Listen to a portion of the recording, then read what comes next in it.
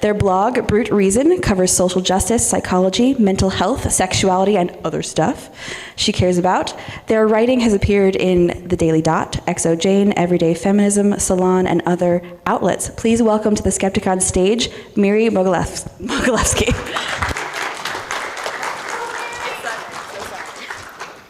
She tried. It's all pretty new and raw to me. I've never spoken about it in a group.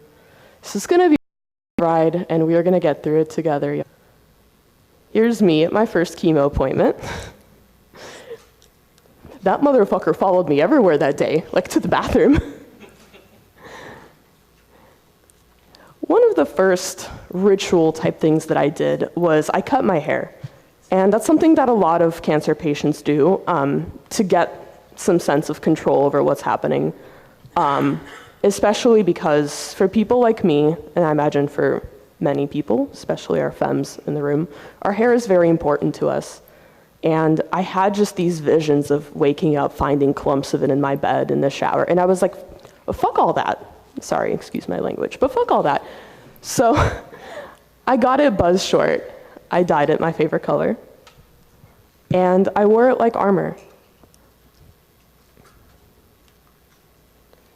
Over time, I became more comfortable with letting people see me without hair and without a head covering. For a long time, it felt like being naked, but in a way that even being naked didn't feel to me by then, because I was doing it. I mean, half of the, Ohio State University Wexner medical system has seen my entire naked body at this point. It meant nothing to me. But to be seen without anything on my head was so uncomfortable. And when I finally allowed anyone other than my closest loved ones to see myself that way, I made a little ritual of it by posting it on Facebook. And I got a lot of lovely responses to that. And it started to feel like this was something that I had chosen, right? I didn't choose the cancer, I didn't choose the hair loss, but I chose how and when I would let people see me that way. And it was really meaningful to me. My treatment started off with chemo, 8 rounds every 2 weeks. They call that dose dense, because that's kind of a lot. And the next step would be the surgery. I found out early on in my treatment that I have the BRCA gene, which made my lifetime odds of getting breast cancer almost certain. It was like in the high 80s or 90s. So I chose to have a double mastectomy, because otherwise there would be at least a 33% chance that I would have breast cancer again. Not a recurrence, just again. Because my body's like, fuck you, like you get cancer over and over and over. So I was like, So I decided to have a double mastectomy, and I almost immediately started to panic horribly, because surgery has always been one of my biggest fears. I had never had a surgery before, never been under general anesthesia, never so much as broken a bone. I don't know how, by being really cautious, probably. But I was terrified. I felt like I was an animal stuck in a cage, about to be led to slaughter. It was awful. I panicked every day. I tortured myself by reading accounts on the internet of double mastectomy. I know everyone says not to do it, and then we all do it anyway, but just I feel like I have to say, if this ever happens to you, just don't do that. I did that. It was awful. I had ridiculous fears. I became obsessed with that locked-in syndrome thing, where you appear to the surgeons to be under, but you actually feel everything. It's actually very rare, and there are specific risk factors for it that I did not meet. But I became certain that would happen. And it seemed just the worst living hell I could possibly imagine. And one day, it was probably about a month before my surgery, I had this little flash of an idea, and I thought, what if, instead of trying to outrun this anxiety somehow, instead of trying to shut it down, and instead of getting completely caught up in it every single day, what if I instead ritually observed and marked that anxiety, and I let it be, and I recognized it for what it is, and treated it with the validity that it deserves. And since I come from a secular Jewish background, I had a lot of kind of cultural history to turn to when it comes to ritual. I attend synagogue, This is funny. Yes, you can be a Jewish atheist. This is true. I know that there are some in our community who say that you can't, but I'm right here, so I'm living proof that you can. So I go to synagogue, and I asked my rabbi to help me with this. And together, we designed a ceremony that I would undergo in my home, with some close friends and loved ones there. And it would be a way to acknowledge the transition that I was about to undertake and receive support from my friends and kind of just take this awful, awful thing and turn it into something. And even before I planned all this out and did it, I remember the moment after I had that idea, it was like this calm that I hadn't felt for months settled over me. And I felt, this is gonna be okay. I'm gonna do something about this. I'm gonna take control of this somehow. And so I did. And my ceremony was pretty short. It started off, this is how I was dressed. I wrote up there, black for mourning, gold for courage. Those were the colors that I chose to represent it. And I sat down on the couch with my friends, and I said a prayer in Hebrew that I had written, and I took off that head covering to symbolize kind of what I was undergoing. And then, there were a few different kind of practices that we did. We sang some things together. We said some prayers. Which of course all Jewish prayers contain like religious language in them. But in this context, it was more about like, yes, I'm acknowledging that this thing is happening. For instance, one of the prayers we used was like a prayer for travelers. It was for someone setting off on a journey, and it was like, may you be safe, may you reach your destination. Because for me, this was very much a journey. So we did some interesting things. We washed our hands in milk instead of in water, as is the custom for a lot of Jewish ritual. We read out some poems and songs. And the best part of it for me was what came next, which is when I asked everyone in the room to take a piece of paper and to write me a short letter about the most challenging thing they had ever undergone. And we sat there in silence and we wrote. I wrote one to myself as well. And then I invited anyone who was comfortable to either read their letter out loud or to share what they'd written. A few people chose not to. Most people did, though, and by the end, we were all in tears. We all knew each other much better than we ever had. I learned about people who had gone through illness themselves, lost parents. These were my closest friends, and although I knew that these things had happened, I didn't know how it affected them, and most importantly, I didn't know how they got through it. Because that's not something we usually talk about. We'll say, I lost my mom when I was 12, and it was really hard. And I miss her every day, but I'm okay. But how? That's what I wanted to know. How did you do it? This was the worst thing I had ever faced, and I just didn't understand how I could do it. And I learned so much from my friends that day, and their support made a world of difference. And a few days later, I had the surgery. It was awful for reasons having nothing even to do with any of that, but that's a whole other topic about the opioid pendulum, and how cancer patients and surgery patients are also now being denied appropriate pain medication. So anyway, that was a whole other thing. That's a very, very brief rendition of my story. But the thing that came after that kind of re-broke me, I guess, was my mom's diagnosis, which I at first couldn't even believe, because obviously I understand that she's not any less likely to get cancer just because I just had it, right? That's not how that works. But it was like, there is no God, but it was like, why? Why? Why us? Why now? Why her? And one of the hardest things about that was that when you have a visible, recognized, validated illness like cancer, the world comes to your aid. Obviously not for everyone, unfortunately, but for many of us it does. And here I was now dealing with something honestly just as existentially terrifying, losing my mother. And that kind of support just wasn't there. I was working full-time. I'm a therapist. That's kind of emotionally intense. And I just had to somehow keep putting one foot in front of the other, even though my brain was just constantly screaming at me like, your mom is dying, your mom is fucking dying, your mom is gonna die.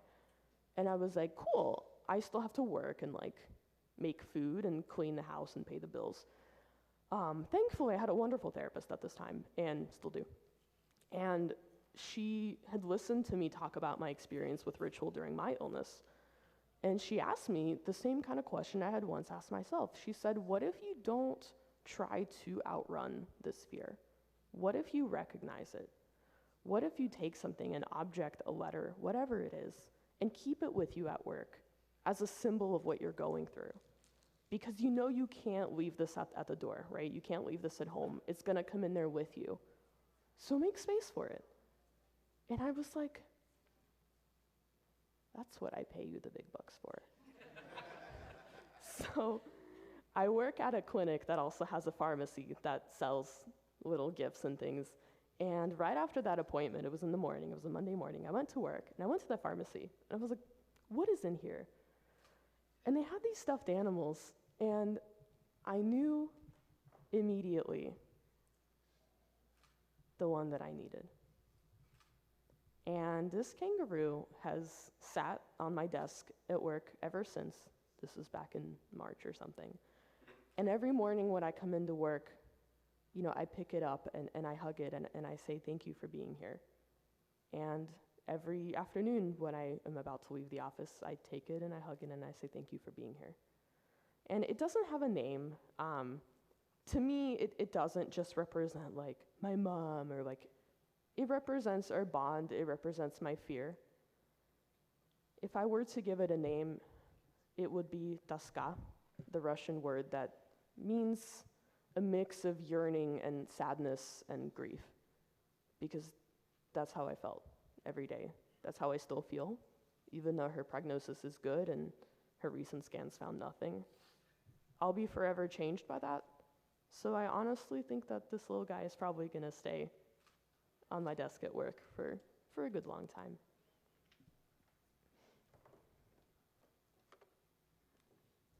So why ritual? Why did it help me? Why could it help you? Rituals do a lot for us. They can lend a sense of purpose and meaning to our lives, especially when, as secular people, we can't draw on faith for that.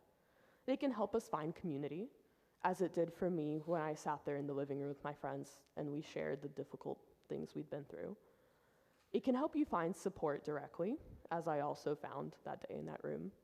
And it also helps with something that psychologists are increasingly finding is really important, which is mindfulness and intentionality. Mindfulness has become a buzzword, which is unfortunate, because what it really means is doing things on purpose and paying attention to the things that you're doing. Because when we go through good times, the more we pay attention to them, the more joy we derive from them, and the brighter and more colorful our memories of those times are. And when we go through difficult times, mindfulness keeps us from trying to escape. Because escaping, while it's the understandable first response, is often really, really bad for us. I mean, if it actually worked, like, that would be cool. Like, if I got diagnosed with cancer and I was like, this is awful, I'm gonna like drink a bottle of wine to not have to deal with it. And then I drank the wine, and then I never worried about cancer again. Cool, but that's not how it would work. Usually, our efforts to escape our fears and our other negative emotions are more like getting caught in a rip current in a large body of water, where the more you struggle against it, the more energy you waste that you could be using to keep yourself alive. Whereas, you know, if you grew up near the ocean, you've heard this, if you just let the current take you where it wants to take you, and you focus on staying afloat and preserving your energy, once you're out of it, you can swim safely to shore. But we so often emotionally do the opposite of that. We struggle with that fucking current because we want to believe that we can outrun it. Just like I wanted to believe that I could outrun my anxiety about my surgery. And I couldn't, and I didn't, and that was okay. And by the way, that surgery ended up to be the most traumatic thing I've ever experienced. And here I am. I mean, I'm alive, and I'm recovering from that. And I think being intentional about it was a big part of that. So there's been a lot of research recently and over time about the uses of ritual and also the abuses, which is a topic for another time. But this is from a 2013 article in Scientific American, and they wrote, "Recent research suggests that rituals may be more rational than they appear. Why? Because even simple rituals can be extremely effective. Rituals performed after experiencing losses, from loved ones to lotteries, do alleviate grief, and rituals performed before high-pressure tasks, like singing in public, do in fact reduce anxiety and increase people's confidence. What's more, rituals appear to benefit even people who claim not to believe that rituals work." That was the part that really got me, because there's a lot of us in this community, at least those who haven't gone through what I just went through, who think that we're somehow above that we're somehow above our own psychology. I don't need that. I'm rational. You know, it doesn't matter if I burn a candle or whatever. The wonderful thing is that it can help you even if you feel that way. You don't have to actually change your mind. So in this research, they looked at a few different examples. And obviously, as with all psychology research, it can be challenging to do the experiment in a way that mimics real life, right? So in some of these, they had people write about things, they had people write about how they handled grief or how they handled a stressful situation, and then they looked at people's feelings about those experiences. So what they found is that the people who'd lost loved ones recently, those that had some kind of ritual that they did to cope with that loss, handled it better. Of course, they still felt grief, but they felt more in control. They felt that it was more manageable. And if you think about it, all cultures historically, everywhere, have had some kind of funeral rituals for that exact reason. It's not for the dead, it's for the living. But ritual after a loved one's passing doesn't have to end with a funeral. In fact, these days, unfortunately, many of us find funerals to be not reflective of our values or even of how that person would have wanted their death to be observed. So in that study, a lot of people had their own things. They would have conversations in their minds with their lost loved one, which, by the way, other research has found to be a very healthy practice and not necessarily indicative of any problems. People would do similar things to what I did with the kangaroo, where they would have some kind of object or a photo or something that they kept with them to remind them of that person rather than trying to escape the grief, right? And those people handled it better. Also, they did some fascinating studies where people had the chance to win the lottery. It was $200 or something. I just noticed a typo. That's okay. And the people who were encouraged to do some kind of little ritual to mark their disappointment when they lost the lottery handled the loss better. And in this case, it wasn't even as meaningful as it could have been because they were told what to do. They had them write their feelings about losing it on a piece of paper, and then, this is funny, sprinkle it with salt and then burn the paper.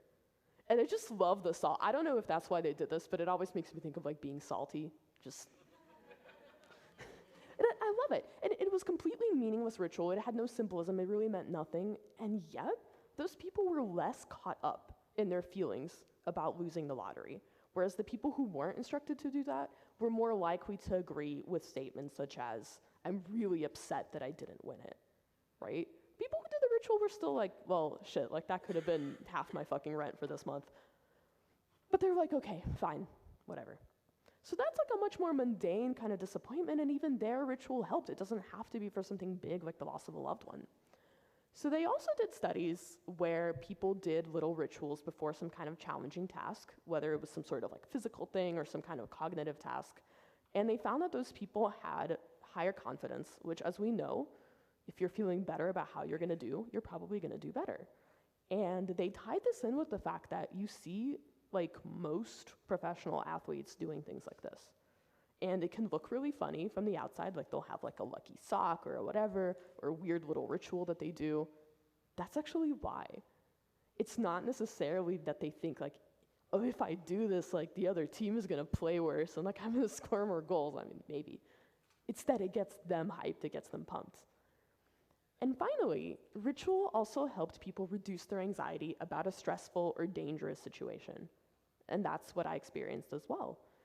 They did studies of certain communities that fish in dangerous waters, and they would do rituals before they would head out fishing, and it reduced their anxiety about what they were about to do, which I thought was really cool because, again, you can't necessarily change the fact that it's dangerous. You can't change the fact that you might die. I couldn't change the reality of the surgery I was undergoing, but I could bring myself a little bit of peace as I faced it. So in my experience, the ritual that I performed, it did reduce my anxiety about the surgery, and it made me accept it a little more. It made it solid. There had now been this procedure, this thing that marked this occasion. It was real, it was happening. That's okay. I've come to terms with that. I was able to cope better with my feelings about my mom's illness by using my ritual with the kangaroo. And finally, this was one that I did much more recently. I built, I should say, along with my partner. It wasn't all me. We built a garden this spring. It was really meaningful for me. Gardening, by the way, in and of itself is a ritual to celebrate life and to celebrate my survival. And we decided this spring to have a little ritual with our friends to dedicate this garden, I called it secularly bless it. And we got some folks together. We had everyone eat yummy food. We had everyone stand around the empty flower beds and put their hands in the soil. And I said a few words about, this is really meaningful for me. It's my first real garden. I'm kind of symbolically dedicating this to my mom in the hopes that she recovers, and thank you all for being here. And then we pelted each other with water guns. And I really loved it. And again, it made the good things more real too. And you don't really think of yourself as needing to accept good things, but in a way you do, because the more real they are to you, the more those positive, joyful feelings last. And now I have all of these memories. And I have this one small, superstitious, irrational part of me, right, that thinks that this is somehow connected to my mom, that as the garden thrives, she thrives as well. And you know what? Obviously, that's literally false. And also, I should say, shit has been getting into my garden and eating everything in there. Thanks, dear. And that doesn't somehow mean that my mom is also getting worse, right? But it's about that feeling. It's about the feeling of I am doing something. I cannot make her better. I can't make her less scared. I can't even really make myself less scared, but I can do something that matters. So even rituals for positive, happy things can have that effect.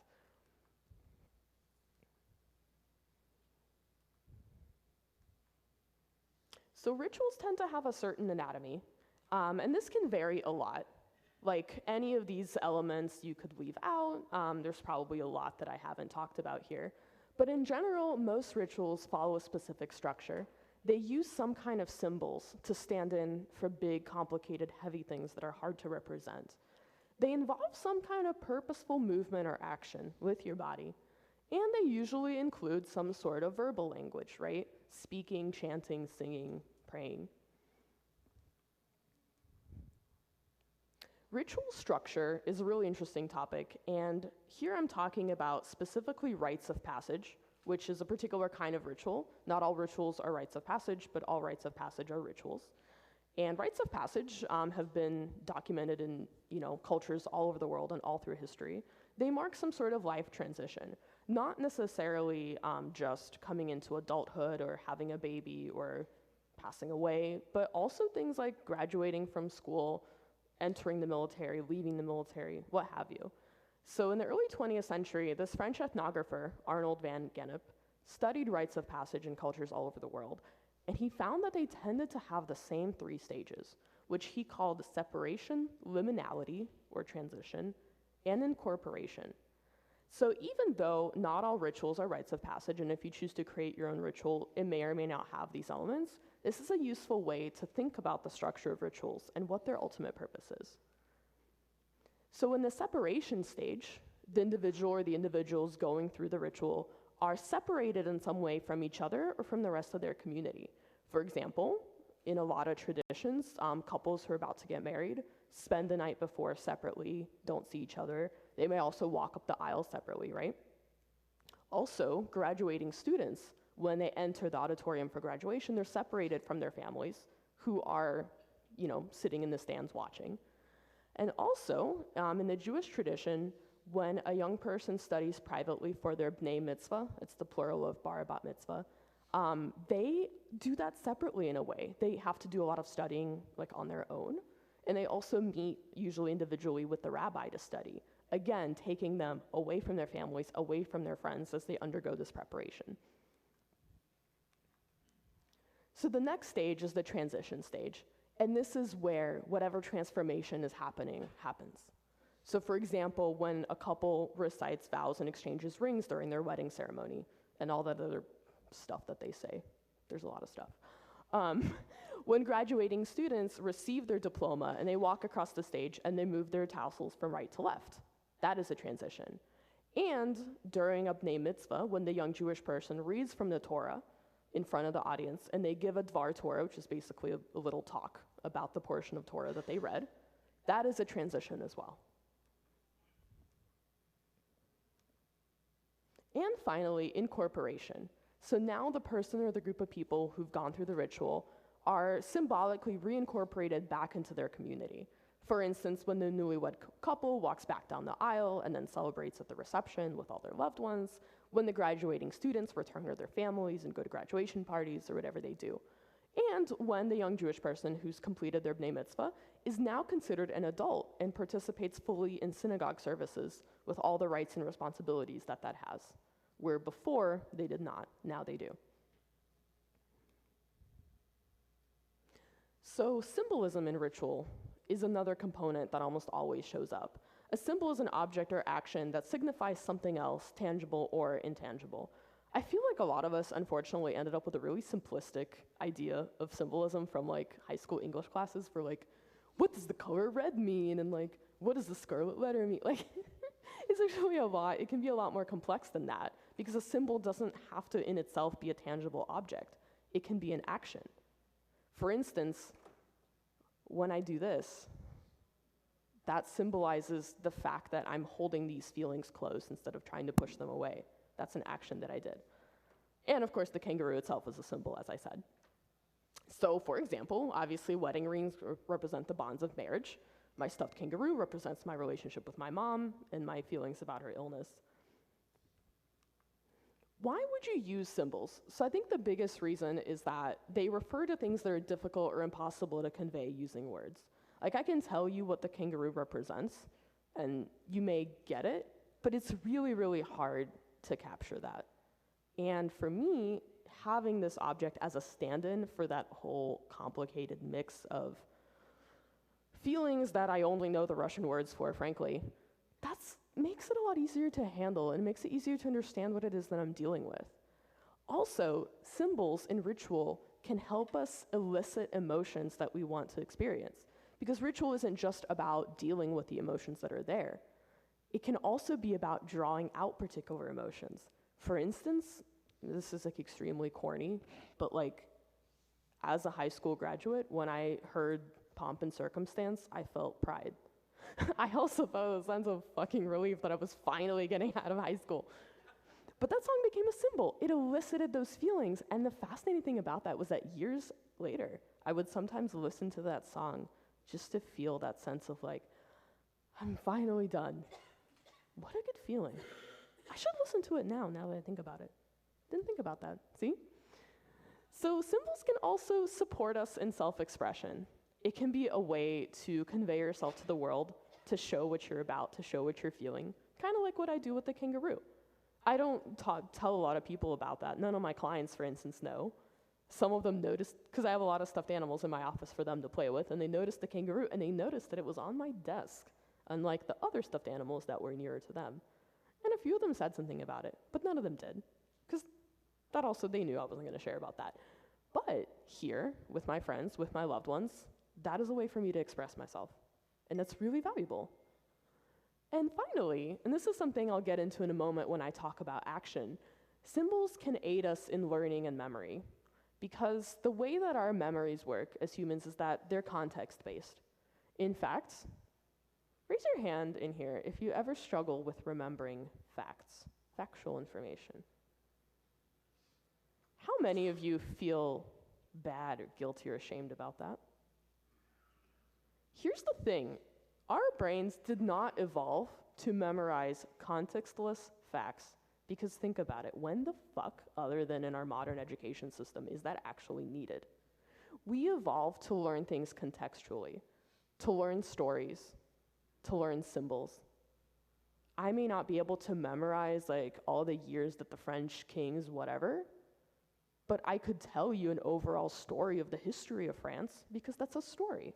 The years don't matter, the story matters. And symbols help us in that. So the next component that usually shows up in ritual is embodied action. What I mean by that really is that it's an action that has like a particular physical movement associated with it of some sort. And if you think about it, this shows up everywhere. You all did it on your way into this talk. You came in and you sat down and you looked at me.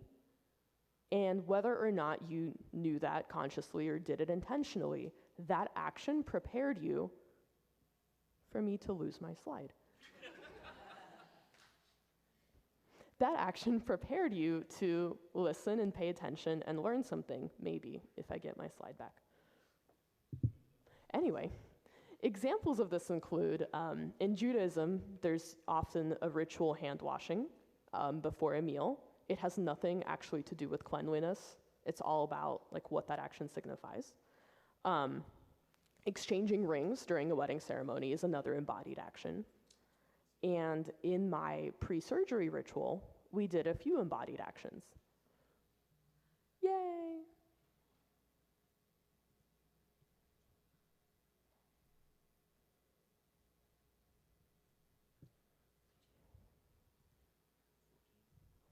That's okay.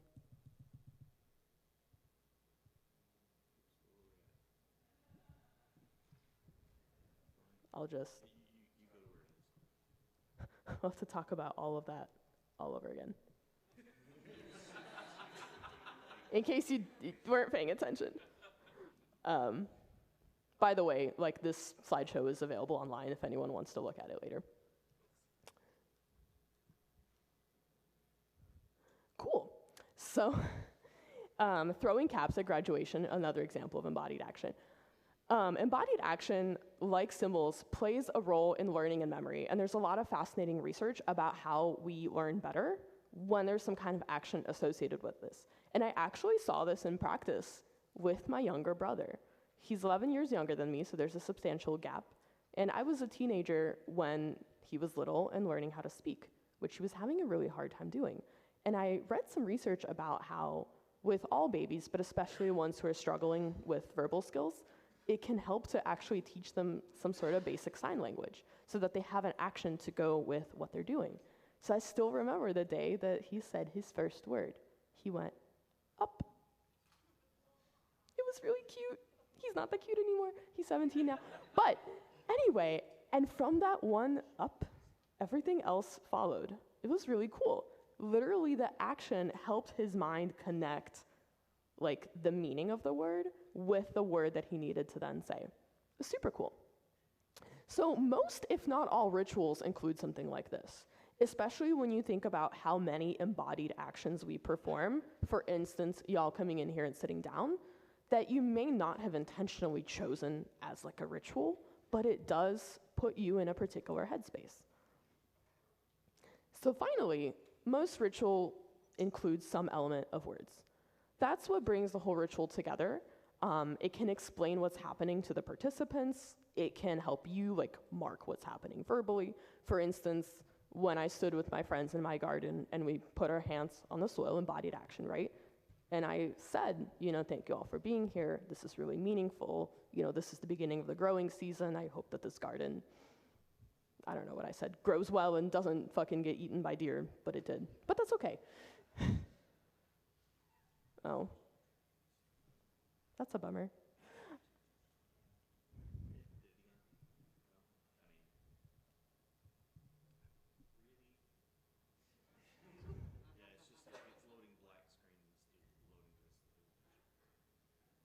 It might be an internet problem. Maybe. The page loads. Okay. I can reload it and go back to the beginning.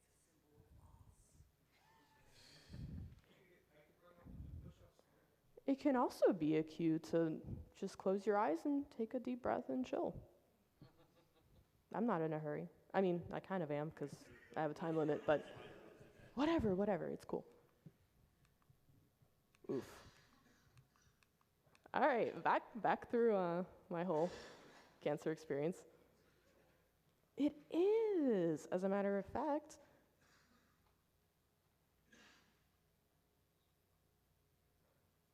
Sorry, y'all. Every time I hope that technology won't fail me, but every time I am left disappointed.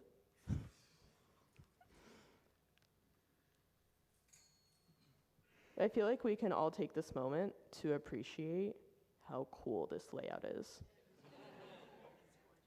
Thank you, I appreciate that. So, some examples of how words may be used in ritual. So, prayer, including secular prayer, is obviously, the clearest example. Another one is setting intentions. An example of that is when, in the garden ritual, I kind of said, why we're gathering and what it is that I hope this ritual and this garden becomes.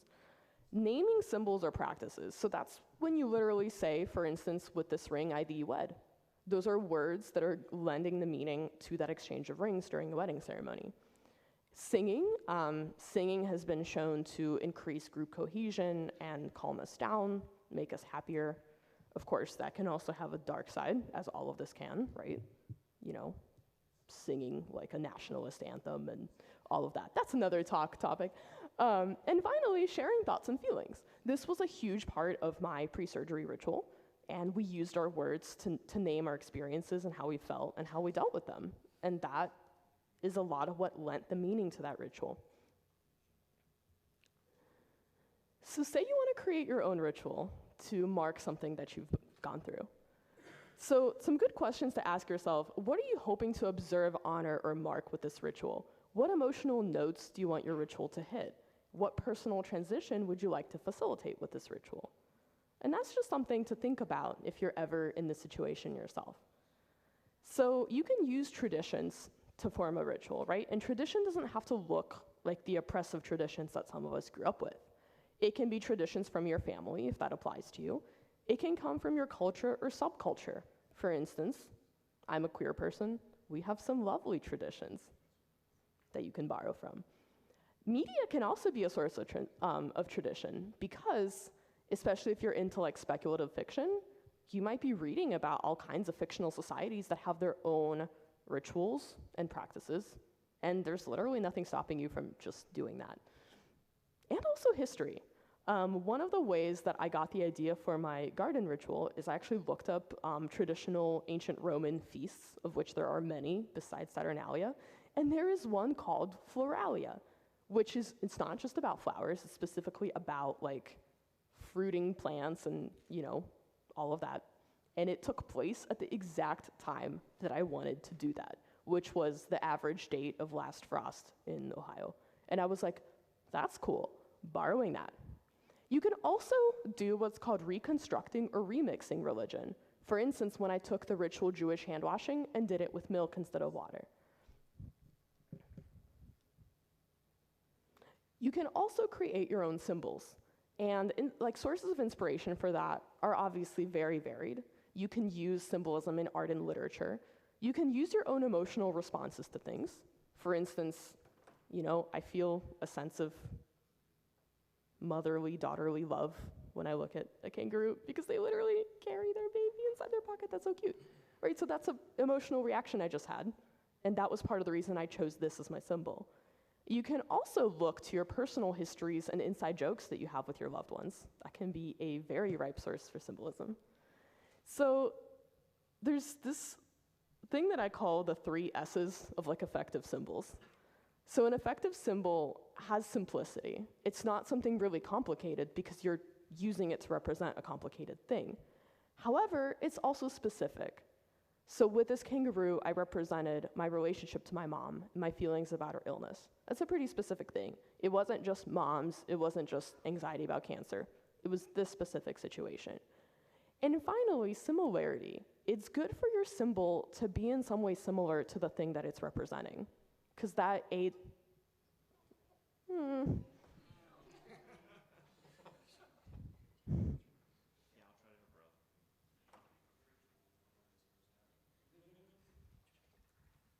What?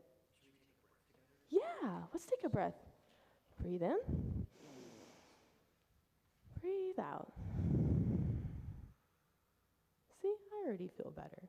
I'm not so stressed about losing my presentation all the time, and the fact that I'm almost out of time because it's gone. Anyway. Yes.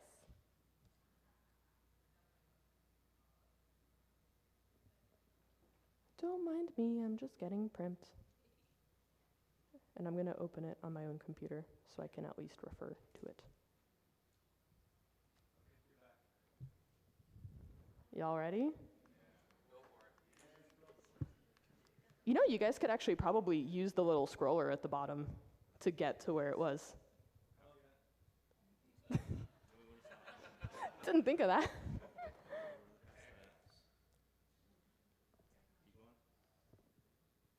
Okay, you're close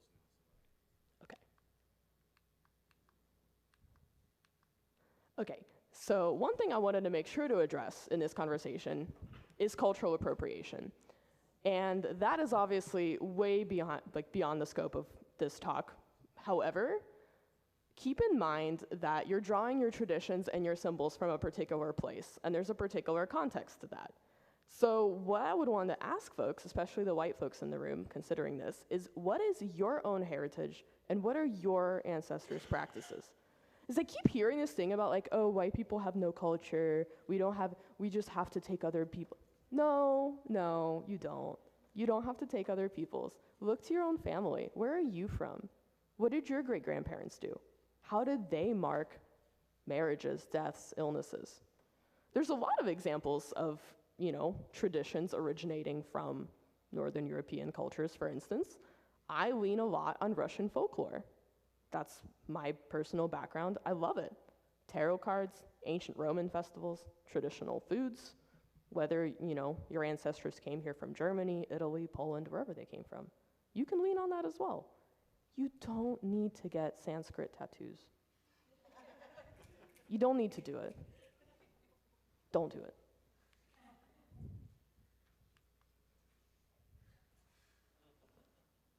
Okay, that's not working anymore.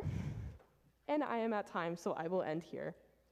But if you want to see the full presentation, it will be online, and you're more than welcome to come and talk to me about it. Thank you all very much for listening.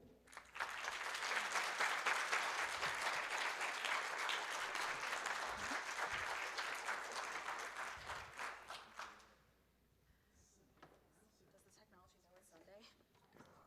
That's what it is. 10-minute break, everybody. Hello? We're gonna take a break. Sunday, y'all. All right.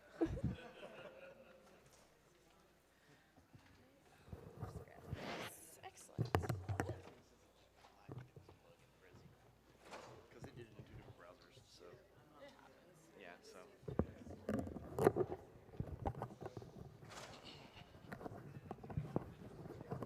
Unless I wonder if we're getting the same super slow Wi-Fi on this thing.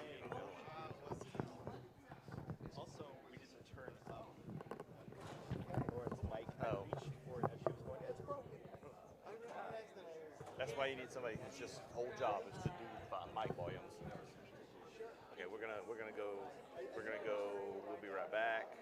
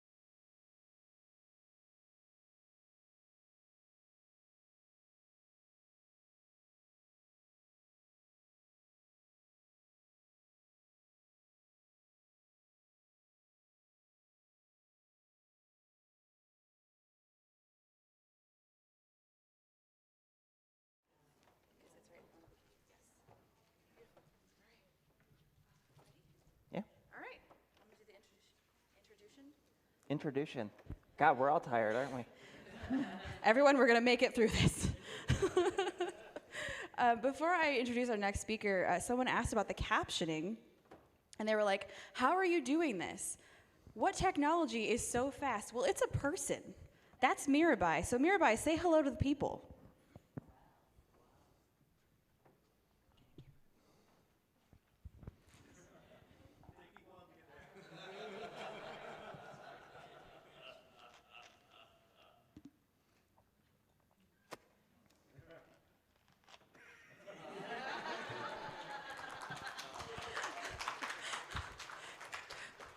We're keeping it together here on Sunday.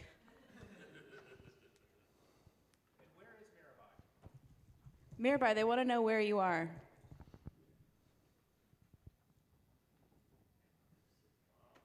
New York City.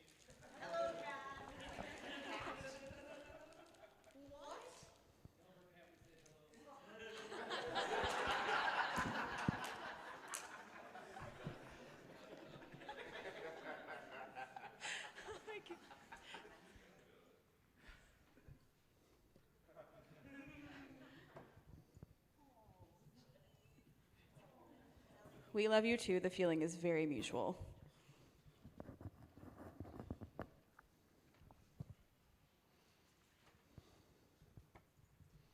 All right, Mirabai, I guess we have to get back to the conference now. Alrighty, our next speaker is an LGBT rights activist, multiple podcast host, author, columnist, and stage performer. I'll have you know that she was here, went back to their hometown to do a stage performance, and then came back to give you all this presentation. So the dedication is real here. She hosts the Inciting Incident and the Sister Getting Out of Hand podcasts, and is the author of 7 books. Give it up for Marissa McCool. Yeah, just a couple casual drives to Minneapolis and back, you know. And full disclosure, I'm getting married at 1 o'clock on the sun deck, so if I'm a bit nervous, it's not me, it's you. My name is Marissa Alexa McCool. I am a woman who is transgender. I'm also queer, polyamorous, and many other things that piss off a certain section of the atheist community. So I'll get that out of the way up front. I was also in a play called The Lunch Bunch. That's what I was running back up. It's a sequel to The Breakfast Club, where the wrestler transitions and the cast all reunites 25 years later. I really had to stretch my method acting capabilities as a former pro wrestler who transitioned, playing a former pro wrestler who transitioned. I had to follow myself around for a few days to kind of get the vibe. I've actually written 8 books. My most recent book is a book of poetry called Lesbian Purple Rainbow Space Mermaid Queen, so you know it's as subtle as I'm dressed. And that's been since November 2016, because something happened then that might have affected my life minimally. And I graduated from the University of Pennsylvania with 3 degrees after not passing a year of high school and having a 100-mile commute. So I'm used to long drives for a lot of stuff.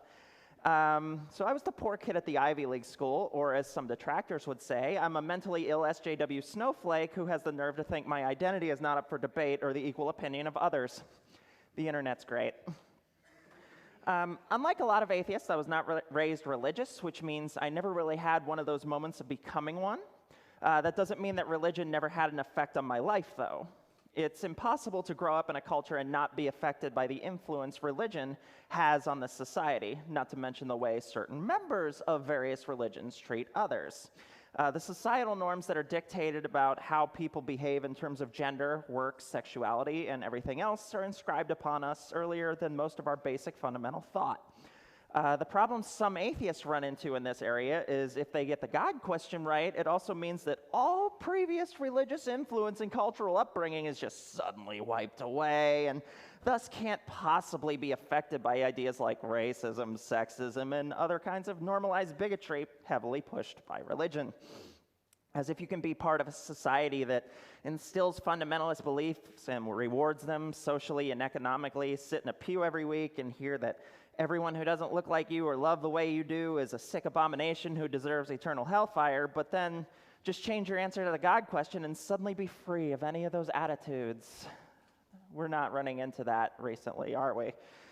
So my speech here is about stories and myth. And the whole point is that not to say myths are one for one.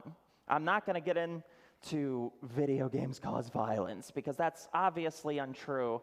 But we revere myths. We revere cultural myths. And the point of that is that when we have myths as a culture, they somehow reflect us. And it's not necessarily a one does the other. The myths don't necessarily determine how we think, nor do we make myths determined on how we think. It's sort of both. We revere certain myths because they impact us, because they speak to us. And stories and myth are two different things. They don't automatically mean that ideas and morals are assumed by everyone who consumes them, but it is nonetheless my argument that they play a much bigger role in societal philosophies and thought processes than people are willing to admit, especially by people who exemplify them. Unfortunately, I can write this anytime in this country right now, but in the event of some tragedy, which in America can be any kind of instance on any given day, there's often a temptation to blame the event on a thing. Often this blame is utilized to distract the conversation from reaching a feared objective, and is therefore beneficial to those who personify the potentially identifiable labels of the perpetrator. It's not also like this is a new occurrence. Anything from rebellious behavior to national tragedy have been blamed on music, drugs, movies, video games, gay people, whichever political party the blamer isn't, etc. It's an easy gig. To put it in a way that most people can kind of grasp this idea, the difference between myths, stories, and how we understand each other. Logic and math are how we analyze the world. Stories are how we relate to it, communicate about it, and understand each other. Telling stories is what makes us human. Myths are about what it means to be human. We like to think we know when something is a story, and we like to think we aren't affected by it. Like I said, this is not something like video games cause mass shootings. But we are tricking ourselves if we don't think the stories we tell have any effect on how we live our lives, speak to other people, and formulate our behavior. Here's a good example. A great many stories in our culture follow this one specific trope: boy gets girl. Or a bit more specifically, boy meets girl, boy likes girl, boy gets girl. That's a 3-act movie that anyone in this room can name 100 examples of. But those aren't just stories, right? They don't affect how we behave in real life. We can distinguish the two with relative ease, right? These myths are so ingrained in our culture that anything that doesn't follow them are considered reactionary, subversive, and are othered if they're not about a specific kind of person. Everything else is considered derivative. I'll give you some examples. Movies about white men are called movies. Movies about black people are called black movies. Movies about cisgender straight romance are called romance movies. Movies about queer or trans romance are called LGBT movies. Movies about white men killing everyone are called action movies. Movies about non-white men killing everybody are called serial killer documentaries. A cis man playing a trans woman is called an actor and given a reward. A trans woman suggesting that a trans woman play the part of a trans woman is called a snowflake. Wedding ceremonies for straight people are called weddings. Wedding ceremonies for queer people are called gay weddings. And I'm having one in about an hour and a half. Thank you. Political issues about white men are called politics. Political issues about non-white men are called identity politics. Issues about men's health care are called health care. Issues about women's health care are called the abortion debate.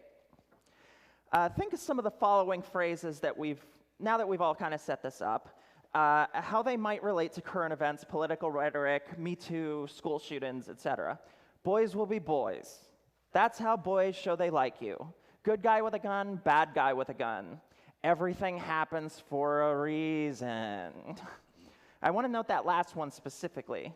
Why do you think it's so pervasive in the myths of many that everything happens for a reason?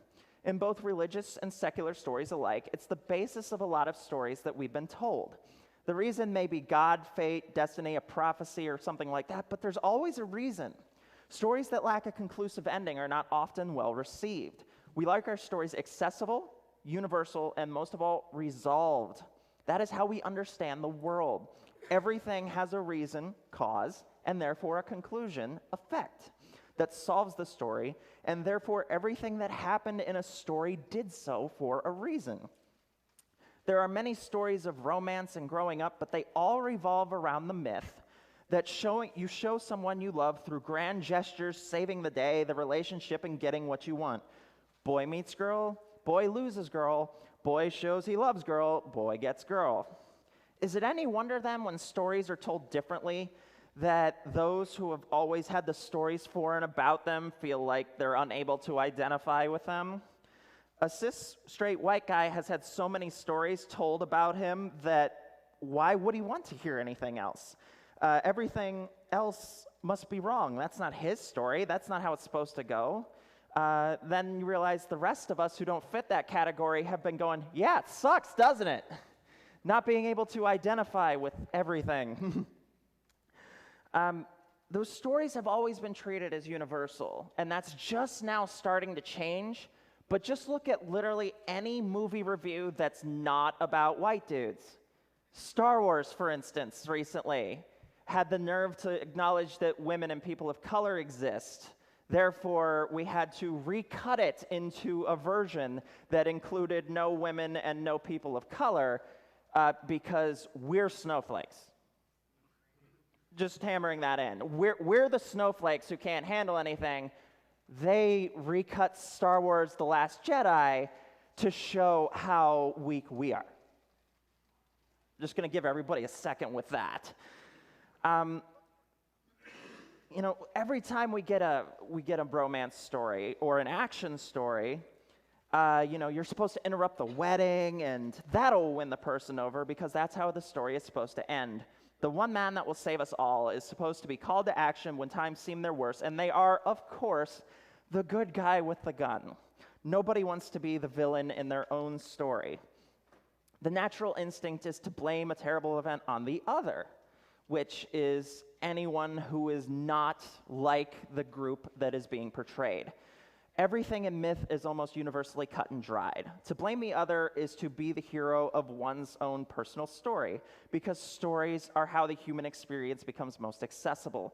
Because it isn't inherently logical or pragmatic, anyone can project themselves into the role of a hero, and heroes always fight the bad guys, the others, the villains. Anyone who is not that hero must therefore either be the prize to be won or the ones who need to be fought against. Queer people, trans people, people of color, immigrants have almost always been the other, unless it's to enhance the story of the hero for being so brave to acknowledge that one of them is in fact human after all. Think of probably the most famous queer story, Rent. Who's the main character? The straight white guy. Because we can only be portrayed if the straight white guy is centered and learns to acknowledge us as people. The attachment to these myths has never been more visible and prevalent than it is right now, whether it's people speaking about harassment or assault or daring to resist police brutality or not wanting to be shot. The long-held faith and universality of those basic and retold myths has finally been threatened. People fear not being the hero of their own story, and generally any gun debate shows you that. It comes down to, well, I have to have the chance to be a good guy with a gun, and if you take it away, you're taking away my chance to be the hero. That way you can cling to your myth, and only representation of how stories should be told is yours. If someone else is the hero, that must mean they themselves are the villain, and we can't have that. So let's examine 3 specific myths with several examples. So myth number 1 for everybody here. Atheists are angry at God for killing their loved one. Examples: God's not dead, let there be light, God friended me, and every other portrayal of an atheist in history. So I'm going to start off with something controversial. Atheists don't believe in God. Cool. I didn't consider what anyone would. I wouldn't be an atheist activist until about 2016 because the idea of encroaching theocracy was a threat not only to my closeted queer identity, but to anyone who didn't fit the fundamentalist Christian philosophy and rhetoric. And I don't know if you know, but I went to the same school as Trump and his kids. So every single day we were surrounded by people going, "What did you think of the most recent tweet?" And most of us are like, we don't want to talk about that.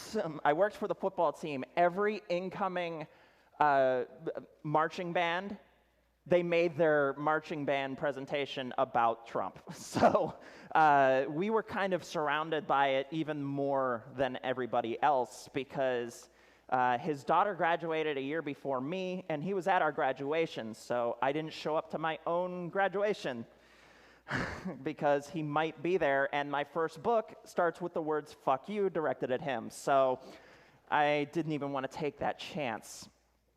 But this didn't really start in 2016, but that's kind of when it seemed to gain traction. Churches were daring the IRS to revoke their tax exemption while spouting politics from the pulpit. Kim Davis was lauded as a hero for not doing her job because queer people are icky. Mike Pence, while governor of Indiana, used religious freedom as a reason to discriminate against gay people on a statewide level. Pastor Carl, my nemesis, was on campus. And he was a guy who protested women being allowed to be in school and not being barefoot and pregnant in the kitchen while men should be doing all the book learning stuff. That's when I came out by screaming, "I'm transgender, fuck you," in his face. And I've told that story about 100 times, so anyone who's ever heard me on any podcast has probably heard it because everyone loves that story.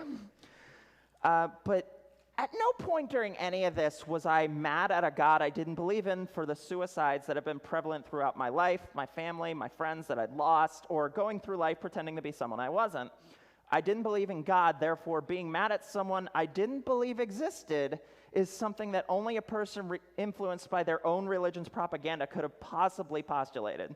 But I'll be damned if that's not the only representation of us that fuels the Christian movie market. God's Not Dead, and Let There Be Light for that matter, centers around former Hercules and now angry atheist troper extraordinaire Kevin Sorbo. He's a philosophy teacher who doesn't understand Nietzsche, written in a movie by people who have clearly never attended a single day of college in their lives. He resorts to intimidation and challenges the student to a debate, somehow losing on ideas that anyone in this room could have answered and debunked. And we find out that he's mad at God for killing his wife with the cancer. He gets redeemed after being hit by a car, and right before he dies, he suddenly believes in God again, and that's the happy ending. Correct. Not that we atheists are ever short of defending ourselves against people who know nothing about their own religion, let alone us. This does paint us into a predicament when it comes to, say, representation in the electorate, or thinking maybe soldiers who died had more than one religion that should be represented. It's exhausting, but it's by no means simple ignorance and the product of an echo chamber. Not entirely. It's deliberate. By constantly attributing these fallen believer characteristics to us instead of acknowledging scientific and logical arguments made through the years of study, they use their advantage as a privileged religious group with special rules to enforce on everyone else, while shyly pretending not to know that making students pray is illegal, or placing "In God We Trust" in public schools is just acknowledging the national motto. If you don't dignify someone's counter-arguments as legitimate, there's no reason to give them credence. Better to instead perpetuate the myth that they're just people who want to bathe in sin, let the queers tear the fabric, always the fabric, of society, and destroy America. It doesn't help when the only representation we receive shows us in this light. Let There Be Light has Kevin Sorbo as the world's leading atheist, whatever the hell that means, and he's mad at God for killing his child this time. He acts like the blend of Brian Blessed with an angry vengeance and John Travolta in Face Off, while drinking excessively, dating a supermodel, and living in a high-rise penthouse in Manhattan. The horror. He then gets in a car accident, sees his dead son, who tells him to let there be light, and the rest of that is him developing an app to shine a light into space so God can see him or something. Yeah, the end of that movie is NASA helping them beam light into space. The opening scene has him explain that atheism is about sex, drugs, and rock and roll, because, of course, we also speak in outdated cliches that described movements 50 years ago. Or, as my friend Eli Bosnick describes the atheist book release party in episode 115 of the podcast God Awful Movies, it's like 6 minutes before the fall of Rome, people. I love atheist conventions, and I've been to a bunch. But the greatest punishment we could bestow on Kevin Sorbo is to bring him to an atheist convention. Have him sit around drinking a watered-down cranberry juice just like, yeah, Kevin, this is what it's like. Most atheist conventions I've noticed are 300 people who know each other on the internet and are afraid to talk to each other.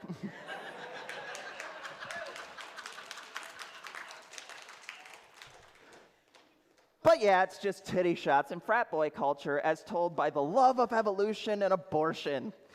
Sorbo's atheist book in the movie is even called Aborting God. Y'all are laughing at this shit. They took this seriously. This was produced by Sean Hannity. By depicting us as horny troglodytes who just want to fuck and not get in trouble for it, it gives them an easy trope that they can use to systematically push their religion as morally superior and use the term of atheist as someone who shouldn't be taken seriously, not the ones who want to beam their cell phones into space. God Friended Me. Anyone seen that TV show? It might hit a little close to home for me and a bunch of my friends. It's about an atheist podcaster who gets friended by God on Facebook. This somehow got a CBS release in 2018 by showing an atheist podcaster who never gets to answer an argument and makes no points that an atheist would actually say. The caricature is so prevalent that a show on the most watched basic cable network can pull this off without a second thought, and obviously no consulting with atheist podcasters. I've been tagged in tweets toward the writers of that show, along with a lot of my friends, as actual examples of atheist podcasters. It's insulting to constantly be represented as someone who is depressed, angry, or flawed, and the cure is to just stop rejecting all the evidence for God and be a decent person again. As a queer person, I'm not in the place of having to lose everything by coming out to a religious family, but almost all the queer and trans folks I know have a story like that. Our stories are a lot more intimate and a lot more difficult than just screwing off and wanting to have fun, although we do like to do that. And that gets us belittled, insulted, and disregarded, as when the only times we see ourselves on screen is as a bitter, sinning, truth rejection hobbyist who gets off on making fun of people's beliefs. When the only portrayals of atheist characters are people who need to be redeemed because they're mad at God for someone else dying, why would they not deserve to be citizens, right, George H.W. Bush? Christian cinema in a majority Christian nation seems to have a savior complex about us. And when they're the only ones who ever get to characterize or portray us, it becomes more difficult to shed that illusion. Never is it taken into consideration that many of us were shunned or ostracized from the people who espouse the ideas that God loves everyone. And if you're gay or trans, that's another level of hatred from that crowd. But because we don't think gays should be sent to camp to be cured of their ailment, or that the earth is 6,000 years old, or that the only way to teach sex ed is abstinence only, we're among the least trusted citizens in our country. And even those who might share our ideals are expected to say, God bless you and God bless America, as much as possible in their rhetoric, lest they be thought of as less of a Christian. When one side of an argument is also the only one that ever gets to portray us, it stands to reason that our representation in media is largely connected to the way society sees us overall. And this society is majority religious, although that's waning, mercifully. Although it's not as much as they like to think. Until atheists can be portrayed as reasonable, calm, and caring individuals and not bitter, angry, distant loners just hell-bent on ruining everyone's faith for funsies, it'll be a fight against that horrible stereotyping, while Trinity Lutheran and other religious encroachment makes the church-state wall separation a myth in its own right. Second myth. Strong, career-minded, successful women are miserable and really need to give it all up for the slacker with a heart of gold who knows what life and happiness truly are. Examples: Knocked Up, Kate and Leopold, Big Daddy, Fever Pitch. When film at least began to acknowledge that women were people and not just housewives and femme fatales, a lazy romantic comedy trope was the successful but miserable career woman who just seemed to have it all but was missing that time to stop and smell the roses. Who better to show her all that work she's been doing is pointless when she could instead have a man? If you're trying to reinforce old standards of boring heteronormative gender roles, what better way than to make it cute by showing that any woman who is focused on work is unhappy and longing for the right man to come along and make her give up everything she's worked for to go walking across the bridge of Madison County without a care in the world or something, except when the Red Sox are playing. When a man is obsessed with something, the woman is a horrible ice queen who can't keep her nose out of a book or stay off the phone. If a woman is obsessed with something, she's a horrible ice queen who can't be happy about anything because she business something sad, bad phone call stress. Either way, when she realizes she needs to escape this life, blow up a helicopter with a pistol, and spend the rest of her life subservient to his personality quirks, passions, or just down-home style of life, women only work really hard because they want to be rescued from the tragic curse of success, right? In Fever Pitch, Ben is a lifelong Red Sox fan and season ticket holder who holds his own fantasy drafts for who gets to attend the games with him. Ben goes to all of them as he, of course, can't miss a single one because the team needs him. Note, this is not an aspiring baseball player or someone with a stake in the team. He's an obsessed fan of that particular brand of sportsing, and his overall happiness is based on the performance of uniformed millionaires playing a game. And I say this as a lifelong sports fan and athlete myself. Lindsay, the romantic lead, works really hard at her job, so she's of course described as a workaholic. And we know she has the nerve to have a laptop at a game. That gets her angry glares and comments from the surrounding faithful because she's not fully invested in something that is clearly his passion and she's indulging him. Ben is a man who prioritizes Major League Baseball over everything, including the woman he loves, and she's portrayed as the one who needs to shape up and learn a lesson because that's what he cares about, and she should never try to ruin what he loves, having priorities other than the Boston Red Sox bitchiness. When a woman in a story teaches a man a new way to look at life while also being selfless and perfect, she's called a manic pixie dream girl.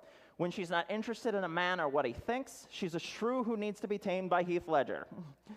And when she likes a man but thinks his obsession with grown men being paid millions of dollars to play a game when he has no stake in it, but as a spectator, she deserves to be hit in the face with a baseball for having diverted attention. Spend any time on a dating site and you'll see this double standard played out. Once again, cis heteronormity taken into account, it's common to see a man who expects his girl to be into whatever he is, especially if it's sports, but he shouldn't have to learn about or be interested in anything she likes, for reasons varying from that's gay to I just don't care about it, and rarely takes notes of his own hypocrisy. I've seen screenshots of women I know being accosted for having not into sports on their profile. They'll get messages like, but what if your man was really into it? The woman will respond, well, would you like to go attend yoga classes or winemaking events with me? And he'll respond, no, not really into that. And why should he be? He's been taught by romantic stories that she's supposed to indulge in everything he likes, no matter how obsessive he is or how much he ignores her. But anything she likes is just a hobby, including a high-paying, successful career. In Kate and Leopold, Kate decides to give up on her career in advertising to go back in time with Leopold to the 19th century before she could legally vote because Leopold was handsome.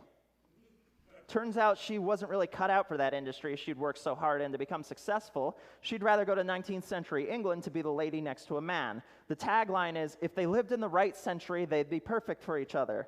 So the solution is clearly to go to his century and give up everything about herself and her life. Big Daddy sees a guy who falsifies his identity in order to take custody of a child, including lying to government officials. And not only is he somehow the bad guy, but he guilt trips the hell out of his lawyer girlfriend, but for not immediately dropping all of her plans and career for his mistakes. He lays it on thick by getting upset that Layla's career plans are being screwed up, and he compares it to pretending to be his roommate to claim parenthood to a child and the feelings that resulted from it. What does Layla have in common with Lindsay from Fever Pitch? They both show up at the end, thus showing their resistance meant absolutely nothing, and what they really needed to do was give up everything they've worked for in order to make a man happy, whether it be for kidnapping a child or for prioritizing a sports team over a partner. Lindsay does all she can to get into a playoff game, runs across the stadium to prevent Ben from selling his beloved Red Sox tickets just before he becomes a traitor to the people he sits with, and indulges him so much that they're going to name their kid after a famous Red Sox player. Layla shows up at the hearing after making her stand to represent him, never speaking of any kind of resistance whatsoever, including a comment by Sonny that she'll be his sugar mama. This is somehow portrayed as charming, and he's on trial for kidnapping a child and lying to the state of New York. Is it therefore any wonder that these myths have influenced dating culture and society in general? Why should they take a woman's opinion seriously at work? She's just going to quit and go take care of her family when she gets pregnant anyway, right? Why should a man take interest in his girlfriend's hobbies? The only hobbies worth investing in are his. If he works hard and successful, it's because of good old-fashioned America ingenuity and something with bootstraps or whatever. If she works hard and becomes successful, she either needs to quit everything and become a wife or be taken down a notch and humiliated for not doing so. I can't imagine at all how those expectations might be problematic in dating behavior. And finally, one that's a little personal to me, myth: trans people want to trick people. Examples: Boys Don't Cry, Ace Ventura, Adam, and The Crying Game. When the only stories that get told about our community, like I said earlier, are either as people who desperately want to sleep with someone to the point of deception or to get away with a crime, it's not surprising that those tropes influence how we're treated every day of our lives. Yet cis content creators are continuously surprised that we're pissed when they write our stories and cast a cis actor to portray us. I could write a standalone speech responding to the cliche of, you should just be grateful that your stories are getting told, but that's not this speech entirely. Personal sidebar, there's this myth about your trans hot takes and jokes and memes, and that's that we'd never heard them before or that they're going to change our minds or identity. I know it was super hilarious when you heard some dude bro say, I offend everyone because I'm a straight cis white dude and who can be objective. Your favorite comedian, I'm guessing, identify as an attack helicopter, but you're an unoriginal copycat bigoted fuckwit who needs to pole vault into a field of angry rabid porcupines. You're as original as you are funny, woke, informed, and effective at convincing us that we aren't who we are. You just want to feel superior to everyone else. We get it. But you are so fucking ordinary that the best you can do is parrot what you heard from insert white dude podcaster comedian here. Good for you. Now go talk shit on people who watch Fox News for repeating everything they hear, you faux liberal fascist fuckwit. Ace Ventura: Pet Detective is a particularly egregious example for me on two reasons. One, it blatantly uses the twist from The Crying Game and one-ups the shittiness, and it was among the most popular and oft-quoted movies during my coming of age. Imagine what that does to a person, to have an idea that you feel a certain way, but knowing the only media you see about it shows that it should be reviled. The eureka moment of the film is Ace putting the pieces together that Lieutenant Einhorn, who is of course also a slut and aggressive because real women would never do such things, is formerly Ray Finkel. The declaration is made that Einhorn is a man. Spoiler, she's not. We're shown that upon this plot twist, which is the same as The Crying Game and the reaction to each is utter shit, that's what you should do if you ever find out that you've been kissing a man. Burn all your clothes, cry in the shower, and take a plunger to the face. Then, of course, strip that person down, looking for anatomy to prove your claim. Also, if that woman has a penis, she obviously fucked everyone, and everyone should thus vomit, because ew, right? Where to even start with this? The homophobia? Because the film is alleging that if she is a man, then that's gross because, ew, he kissed another man. Because if she's a trans woman, then that's gross because, ew, she's a woman with a penis. The trans misogyny, that trans women are, of course, actually men and thus have the sex drive of a man on overdrive, which anyone who has transitioned will tell you, no. The sexual assault, ripping someone's clothes off to prove their gender, Thank goodness that has never been the thought of anti-trans bigots in charge. Never mind that it also reinforces the incorrect myth that trans people are mentally ill, showing that Einhorn must have transitioned because of mental illness, and no one's ever said that to me on the internet as a reason to treat me like shit. Oh, and it's such a ripoff of the Crying Game that it even uses the same music during the reveal. I chose the Crying Game over Silence of the Lambs for the simple reason that not only was the Crying Game built around the idea that the woman turns out to be trans, but it's the entire reason anyone knows what the film is. A plot twist of someone being trans as the big reveal is harmful, as it indicates that we're concealing or misrepresenting our identity for nefarious purposes. The reaction of Stephen Ray's character is thus to utterly destroy the poor woman and dehumanize her like she's Cersei Lannister making her shame walk. The film frames it as if we're supposed to feel sorry for Stephen Ray for being so deceived, and not, holy shit, this fucking asshole is terrible and torturing this person. We are not plot twists. We are not trying to trick anyone. We are not determined by our genitalia. And, as apparently a lot of cis men need to hear, we don't exist for the sole purpose of tricking men into sleeping with us. As if our existence is so paltry in the sex department that we must transition and become as beautiful as possible so that Chad will want to dick us down. First of all, no. Second of all, our existence isn't about your shitty, mediocre dick that we will just do anything to get a piece. Third of all, no. Fourth of all, take it from someone with 4 partners. We don't have a problem getting laid. Most of us avoid mediocre cis men because, well, we like having a partner who cares if we orgasm too. If your foreplay game is you wet yet, you probably suck at a lot more than just sex. While we are dispelling myths within myths, I also don't know who needs to hear this, but trans people aren't limited to trans women. You're welcome. Boys Don't Cry is the story of how Hilary Swank can play a transgender man and win an award for it and dedicate it to the young man who was murdered for being who he was. And yes, Scarlett Johansson, this is why we wanted you to stay the fuck away from doing that very thing. On the occasion when we're not being used as a punchline, a plot twist, or a serial killer, we have cis people writing our stories for us and casting cis actors to portray them. Doing so only reinforces the idea that trans people are playing dress-up or doing an impersonation of their gender. In Hilary Swank's case, the whole time you may as well be watching Viola in Twelfth Night because the subconscious mindset is that it's a woman pretending to be a man, which is the fucking problem. See Jared Leto, Jeffrey Tambor, Scarlett Johansson again, because seriously, fuck her, go play a tree and leave our community alone. Boys Don't Cry enforces the appallingly false narrative that trans men are trying to trick other men into believing they're men, and when they're found out, they should be murdered for it. Insert footnote about trans panic here. When trans women have been punchlines, trans men have been invisible. While they haven't been as much of a mainstream target for punchlines and later bathroom bills, the few narratives they're given still support the sad trans narrative, which, not to mention a plot twist on the idea that trans people are trying to trick others, namely fragile men who find us attractive and therefore murder people when they get a panic about their boners being confused. The descriptors used in transgender porn made for men are also slurs and are used against us constantly. It's almost like limiting our exposure to sex work and shitty comedy makes us see us as less human or something. Weird. It gets worse, though. While this one hasn't come out yet, there's nonetheless controversy over it, and for good reason. The movie Adam tells the story of a cisgender man who pretends to be a transgender man in order to sleep with lesbians. This is a real movie that actually exists.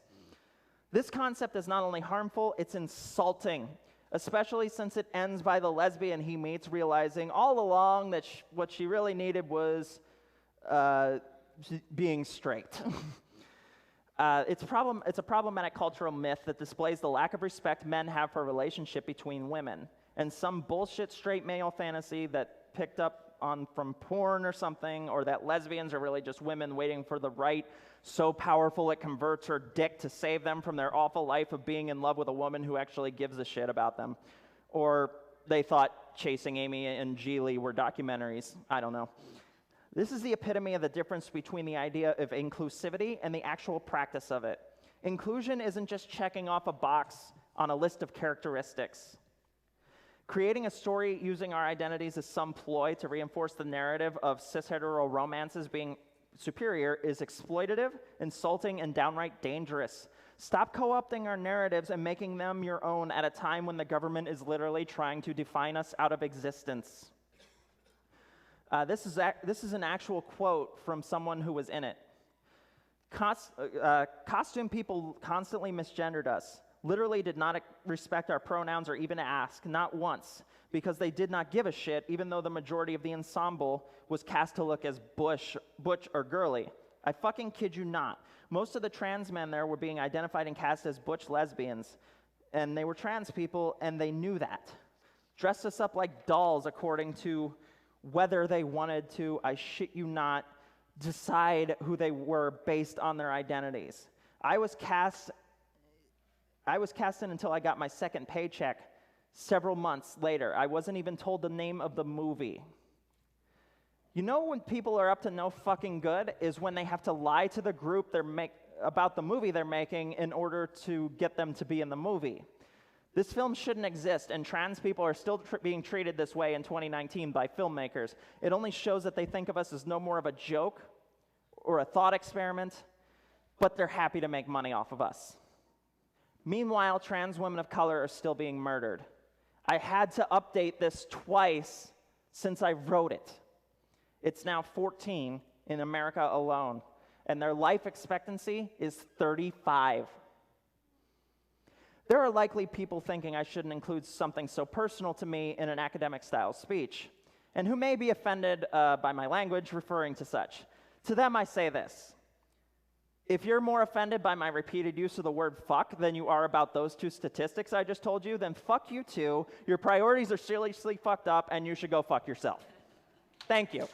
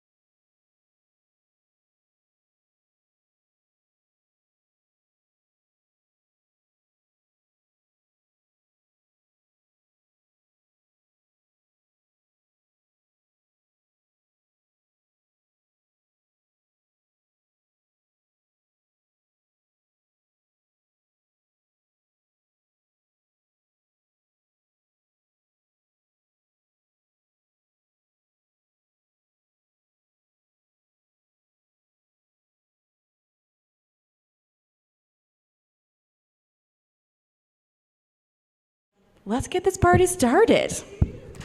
Take it away. Hello, my name is Callie, and I host a podcast called Queersplaining. I am going to be moderating this panel called What If They Disagree? The idea being something particularly difficult for me to deal with as a trans person is when someone says something really awful and transphobic. Sometimes other trans folks will come in and say, hey, this person did nothing wrong. And I know there are similar dynamics within different axes of oppression and marginalization. And so the topic of discussion today is going to be how we in those marginalized groups handle situations like that, and how people who are in positions of relative privilege and want to be allies can handle those situations. So I would like for my panel to introduce themselves. Ashton, would you like to start? Hi guys, my name is Ashton P. Woods. My pronouns are he, him, his. I'm Maddie Love, pronouns she, her. Eli Hina, just call me Eli, they, them. My name is Hiba, and she, her. Very cool. So I kind of laid out the premise of the problem. In being part of a marginalized group myself, I deal with that with other trans people. And particularly, I ran into a situation the other day where I was trying to be a white ally, and I had a black person come in who was a very unapologetic pro-Trump person. And so I see, the side of being part of a marginalized group and handling that, and also trying to be an ally and knowing what my place is in those conversations. And so I'm curious, anyone who has thoughts, how do you all handle situations like that? Oh, okay, I guess I'm starting. So, I think that, so I come across this issue a lot. So a little bit of background. I'm an ex-Muslim. I have done a lot of speaking and advocating and organizing surrounding ex-Muslim issues, and we inevitably run up against the people who go like, well, the Muslims I know or the Muslims in my life say that this is a myth or this is like an Islamophobic thing. Like, when we're trying to talk about like really important, crucial issues like gendered violence, and just anything related to hijab, God, and modesty doctrine, and just all of the problems within our communities that make it difficult for people to dissent, for people to live authentically, and so on. And then you get these people going like, well, all of my Muslim friends and coworkers and so on, they say that these are just Islamophobic myths and that you're just perpetuating Islamophobia by talking about this thing. And I don't know who to listen to, and I don't know what to decide. The issue of how to deal with this problem when it comes up is like, I wish I had a quick and easy solution, but here's the problem the way that I see it. If you're an outsider to a certain culture or, a marginalized group and so on, and you care about things like intersectionality, you might have this, conviction that because of your positionality as an outsider, you are not, you are ill-equipped to basically determine what's what, and you should defer to the authority and the expertise of people who know what they're talking about because they have been engaged in these issues for a long time and so on. The problem with that is that no community is a monolith, and you are never going to find, a unified opinion that like, oh, this is what's best for Muslim communities. No one agrees on that. And there's a whole thing where there's there's always a tension between narratives. There are always going to be people within a certain community that perpetuates a certain narrative and other people who perpetuate a counter narrative. And if you're someone who cares about things like positionality, one of the things that you have to consider is the positionality of the people who you are trying to listen to within the community. So if an ex-Muslim tells you something, and then you have this like Muslim spokesperson who's like really vocal and active in their community, and they're like at the forefront, and they're the person who has the type of privilege of representation within the face that the Muslim community is presenting the world, then you have to like try to ask yourself, which of these people do you think might be silenced more? Which of these people do you think might basically be trying to be upholding status quo and have a kind of vested interest in that. So whenever someone goes like, well, you know, all of these Muslim feminists say this, this, and this, and we don't hear anyone saying that like, oh, the hijab is oppressive, and so on, well, the reason you don't hear those things is because those voices are silenced and they're marginalized. And so like when you have like different levels of marginalization within a marginalized community, that just makes everything harder because it makes it really difficult to know where to turn. I don't want to like go on and continue to monologue. I want this to be more of a conversation, so we can get back to this, and I can say more later. So, you want to? Well, I just wanted to add on to exactly what Hippo was saying about, you know, ex-Muslims versus progressive Muslims on certain issues. Excuse me. The number one thing I tell for people to look for is to look at the communities themselves and not the PR representatives, essentially.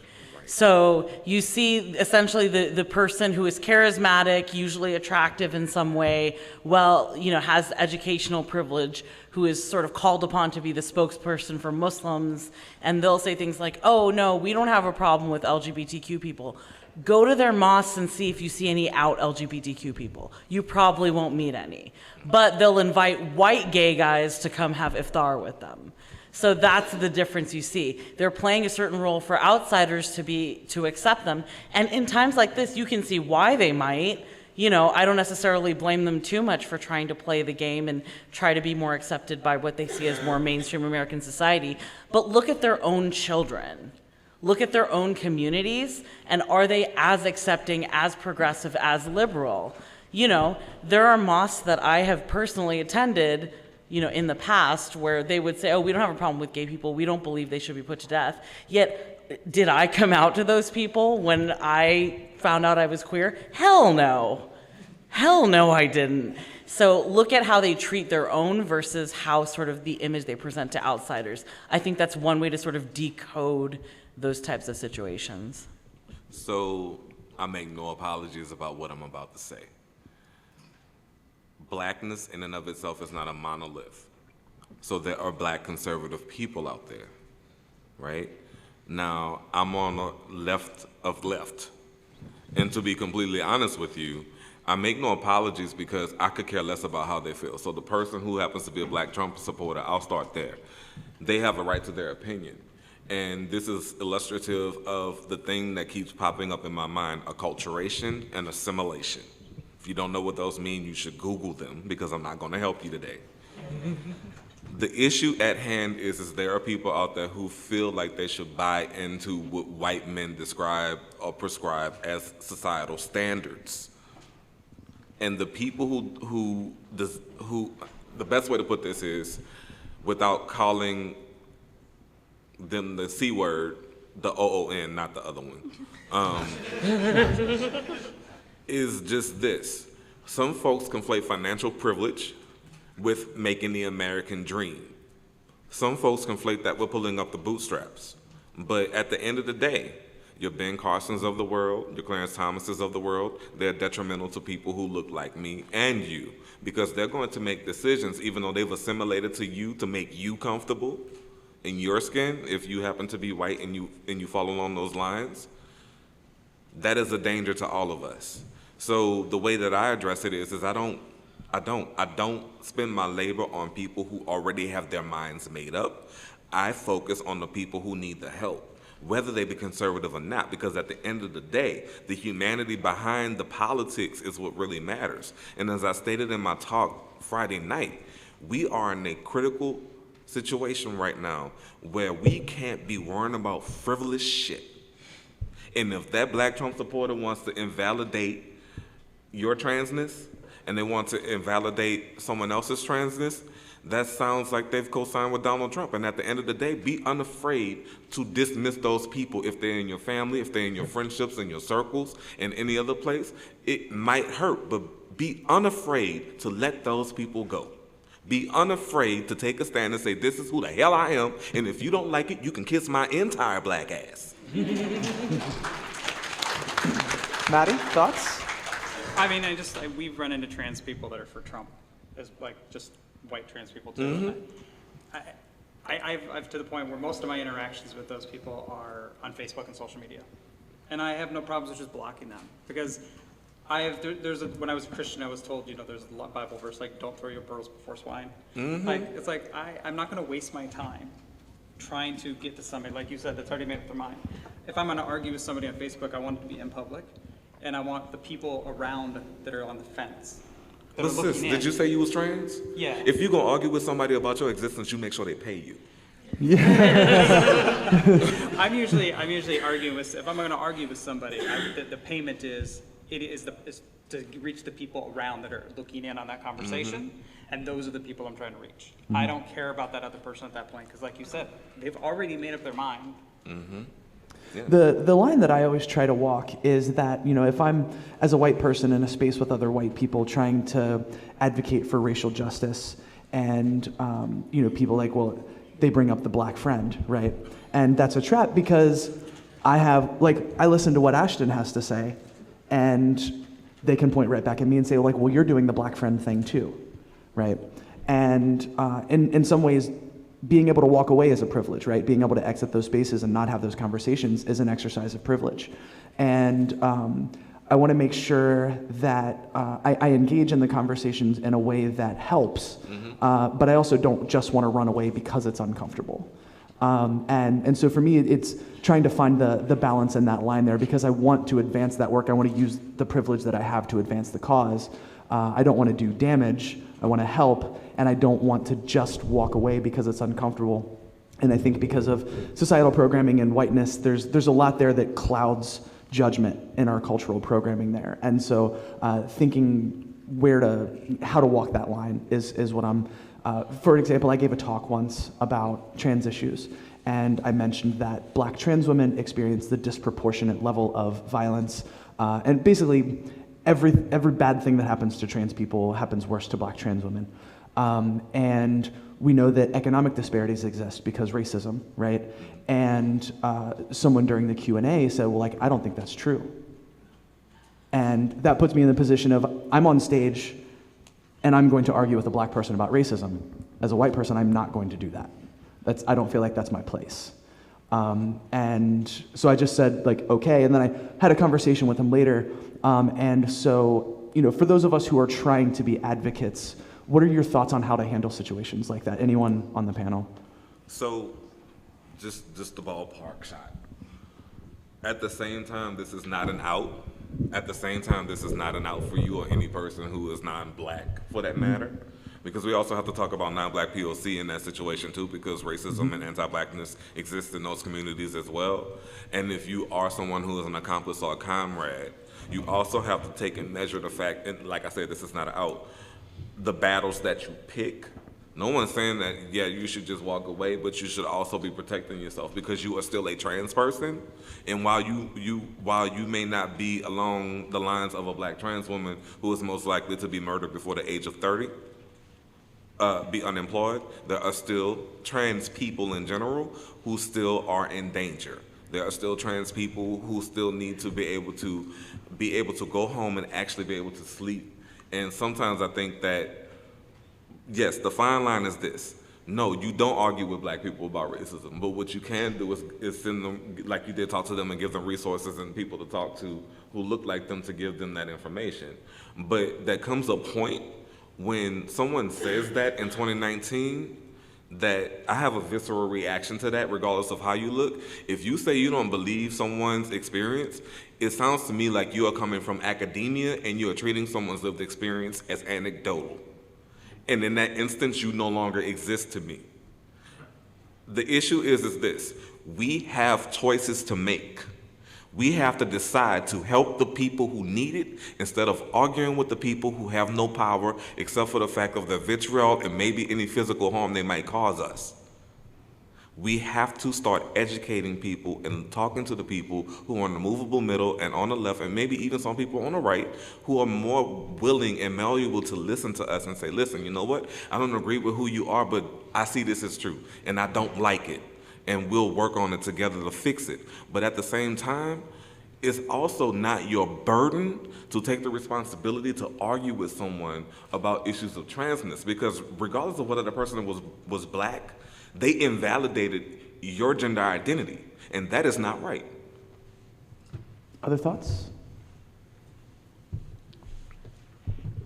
Well, one thing I find helpful in certain situations too is to, like, you said, offer resources, is to say, well, I'm not the expert here, I can't speak for any group, but, bam, here's a really great sociological resource from a Black person that includes a ton of statistics. Have fun arguing with statistics, Basically saying that because, I don't want to be that person, and I get where you're coming from, Callie, especially coming from a community that, while I'm not white, is still perceived as the better kind of non-white. I'm, Desi Indian, so, and there are plenty of Indians who are very pro-Republican, very pro-conservative. And white people are often shocked by this. It's like, no, actually, if you give people just enough of a taste of whiteness, they really get hooked. Forget cocaine. This is the real addictive white substance. It's whiteness. And I come from a family where that is very much the case. My father voted for Bush the second time after 9/11. And he only left the Republican Party after Trump came up. And I was still shocked. I thought he was going to go full trumpet. I really did. But I guess Trump went just a little too far. But, that happens all the time. You see it all the time. It's essentially like if you think about people who sort of overcompensate by going too far to one side, like the bullied kid who maybe, the popular group decides to take them in and they make fun of the other bullied kids to sort of ingratiate themselves. It's exactly like that. And there is sort of a reward psychologically and sometimes even in life for that. But that doesn't mean you have to necessarily be nice to those people. It just means that they have their reasons, and you're probably not going to offer them anything meaningful that's going to make them give it up, unless they find their way themselves. But one thing I would love to stop hearing from white people about this is for people to say, why are they voting against their own interests? Because you don't know their interests. You truly do not know their interests. Their interests may be something that you have never considered in your life. So if you do want to know their interests, maybe ask them why. But to sort of be so condescending as to tell them that they don't know their own life and they don't know their own interests, even if they're clearly wrong if they're Trump supporters, is really condescending. Mm-hmm. I think another thing that's important to consider is what's at stake with whatever the issue is. Like if what would the consequences be if you turn out to be wrong versus if in dismissing someone versus if you're right? Is it worth taking the time to check the sources and look into something? Because if a person is right, then they're really speaking about some kind of systemic phenomenon where there is oppression that needs to be remedied. You need to throw resources at it, and they're trying to advocate and convince people that there's a problem here that needs to be addressed. And what would be at stake versus in terms of taking that seriously versus just because someone else tells you that no, I am X person and I represent my community and I'm saying this isn't a problem. What if they end up being right? Okay, I mean, it's possible, but the risk and the what you stand to lose and the inherent dangers are so much different in either case. And so sometimes it's worth erring on the side of, if someone tells you there's a problem, take it seriously, at least up to the point where you're going to look into it. And you can look into it. No one's saying that if you're a white person, you're not allowed to, read up on things and fact check and so on. If someone is citing statistics and then someone says, I don't think that's true, I don't believe you, well, you can check. There are there are some things that are controversial and they're not easily proven and so on, but there are other things that are very, very clear cut. There's just a lot of times there's just an overarching ignorance about certain things because there's just a common public perception that like, oh, this isn't an issue. But if you actually start looking at the people who do research and look into this problem, you realize, oh, it is a problem, it's just that people don't know about it. Because the kind of like mainstream or like common wisdom thing, it just like it contradicts the actual facts, and that happens a whole lot. And I think that another thing that I think is useful is that the same, like especially like skeptics, atheists and stuff, the same critical thinking that we end up applying to like, you know, Christian apologists or something else that we are really, or like, you know, anti-feminist discourse, something that we're like really familiar, we can catch the fallacies and we know where the arguments break down. Honestly, all of these arguments end up taking the same structure and the same kind of form across, you know, but somehow that kind of like willingness to engage critically and think critically about it, people tend to kind of like suppress that when they're dealing with another group because they don't want to overstep.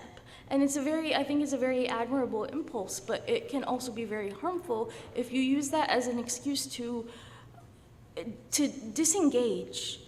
Because the truth is that, you know, especially when we're talking about racial issues, white people in general, I don't think they realize how powerful their voices are, just how much space you guys take up by existing.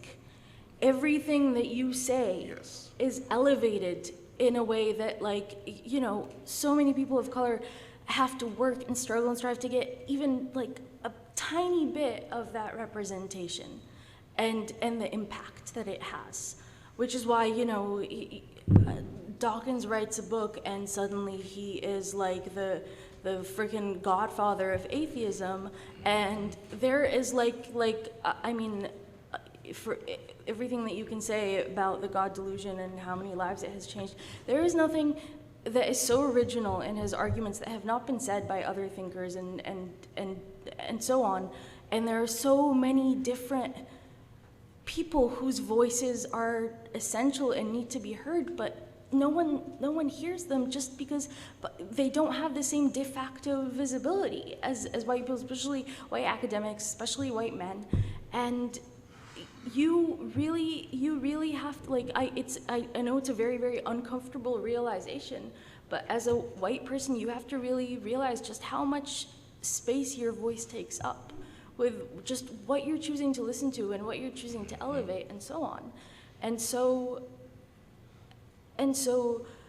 when you're thinking about dismissing something that a person of color is saying, or whether to take something seriously, I think that you have a responsibility to engage critically and like not just like off-shoulder the responsibility by going like, well, I'm going to defer to the authority of this person or this person.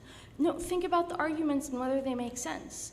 Just like in any marginalized group, you always have people within that group perpetuating the dynamics of oppression. Everybody knows this, and we don't forget it when it comes to like feminism. Like if someone points out, well, women perpetuate these gender roles, these gender roles as well. It's like, no shit they do. That's how systematic oppression works. But then you turn around and you're talking about a similar phenomenon with like a community of color, and a white person goes like, well, okay, I can't speak. No, you know what the dynamic is. You know how this thing works. Think about it. Just think about it and look up resources and just really engage.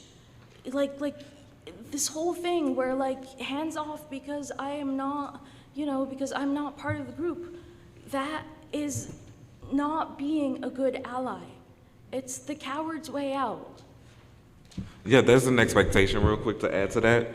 Everything I said plus that, but also know that the responsibility is on you to actually challenge people when there's people who just look like you in that room. If there's not a black or brown person in that room, y'all need to be holding the people who look like you accountable, not just deferring like you said. But if you're not doing that, you are not holding yourself accountable either. Yeah, I think it's important to do the work previous, right? You have to have done the work, put in a lot of work in unpacking your own thoughts and feelings in cultural programming so you can bring that to the discussion and you know what the facts are. so you're not stumbling when you're unexpectedly faced with that. And that was the one piece of advice that I got, is like, if you're confident that you really know what's happening, then assert that. But there's a lot of work to be done, and you have to make sure that you do that well before you actually run into the situation. To give the perfect concrete example of exactly what Hippo was saying, a couple of years ago, a young white secular person, I think she was part of the atheist community, decided to try out hijab for a while, which is something people do. It's a fun experiment for them. They put a headscarf on, they try it out, they play oppression drag, and then they take it off, and then they go back to their merry lives. There's a lot of problems with doing this.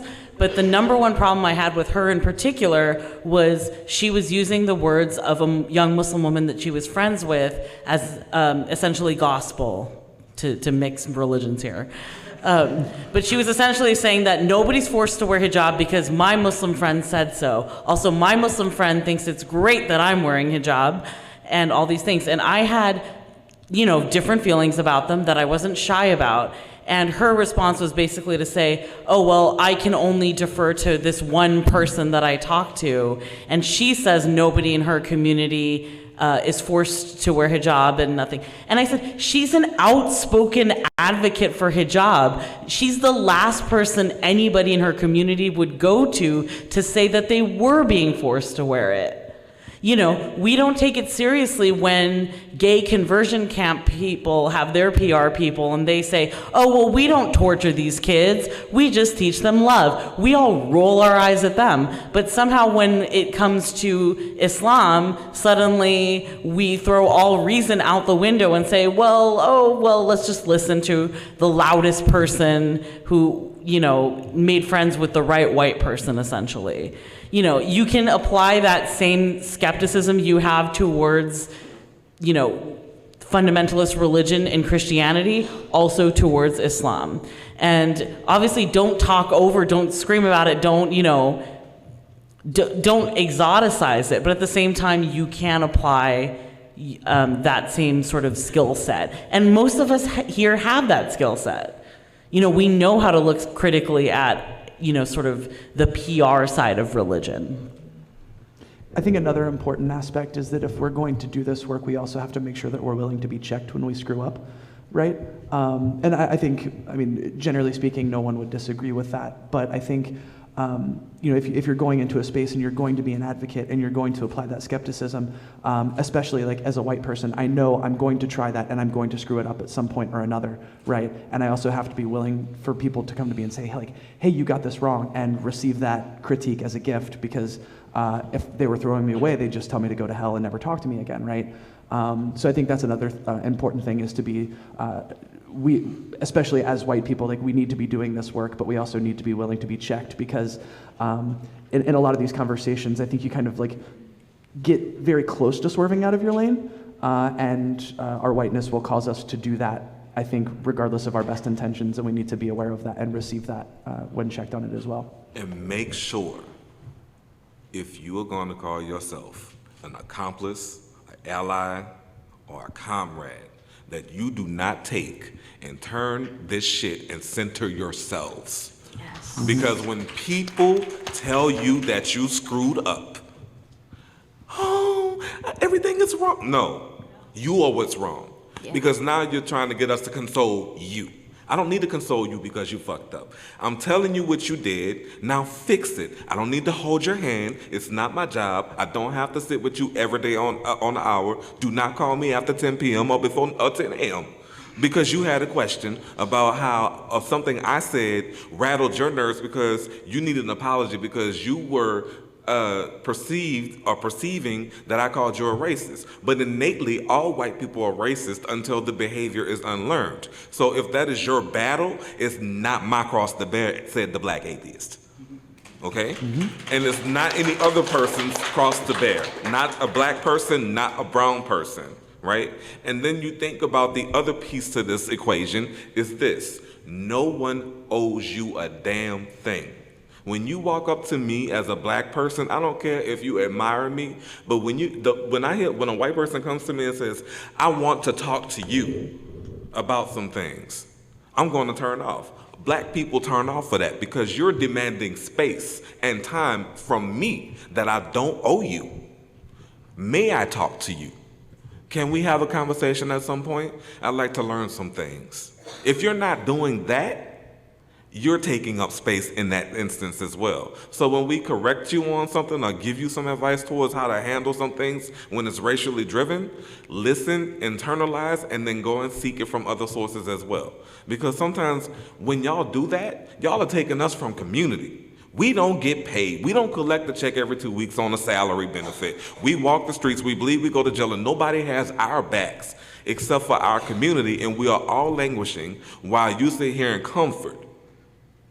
It takes a lot to step away from campaigning in the fourth largest city in America to be the first Black atheist to be elected to a city council seat. And to have to contend with people in our community, not the ones in this room perhaps, who they don't care that I'm an atheist. All they see is Negro. All they see is Black. And in that instance, I'm automatically radicalized to you. I'm automatically angry to you. And I don't give a fuck. I think another thing that's important to consider when engaging in these discussions, it's not always easy to tell, but it is often easy to tell if the person you're speaking with is engaging in good faith, right? Because if somebody is arguing to be trolling, I think that's a pretty easy decision. We can just walk away from that conversation because nothing is going to be accomplished there, right? It's not always easy to tell though, especially if someone, 5 years ago, I was definitely approaching things in good faith, but I didn't have the language to do it right, and I hurt some people in the process. So any thoughts on how we navigate that and figure out who is engaging in good faith, and like what are the signs and signals that you get from people that say like this conversation might actually be worth engaging in versus I feel comfortable just walking away from this? I think that actually Ashton said it. If someone is defensive and centering themselves, that is a huge sign.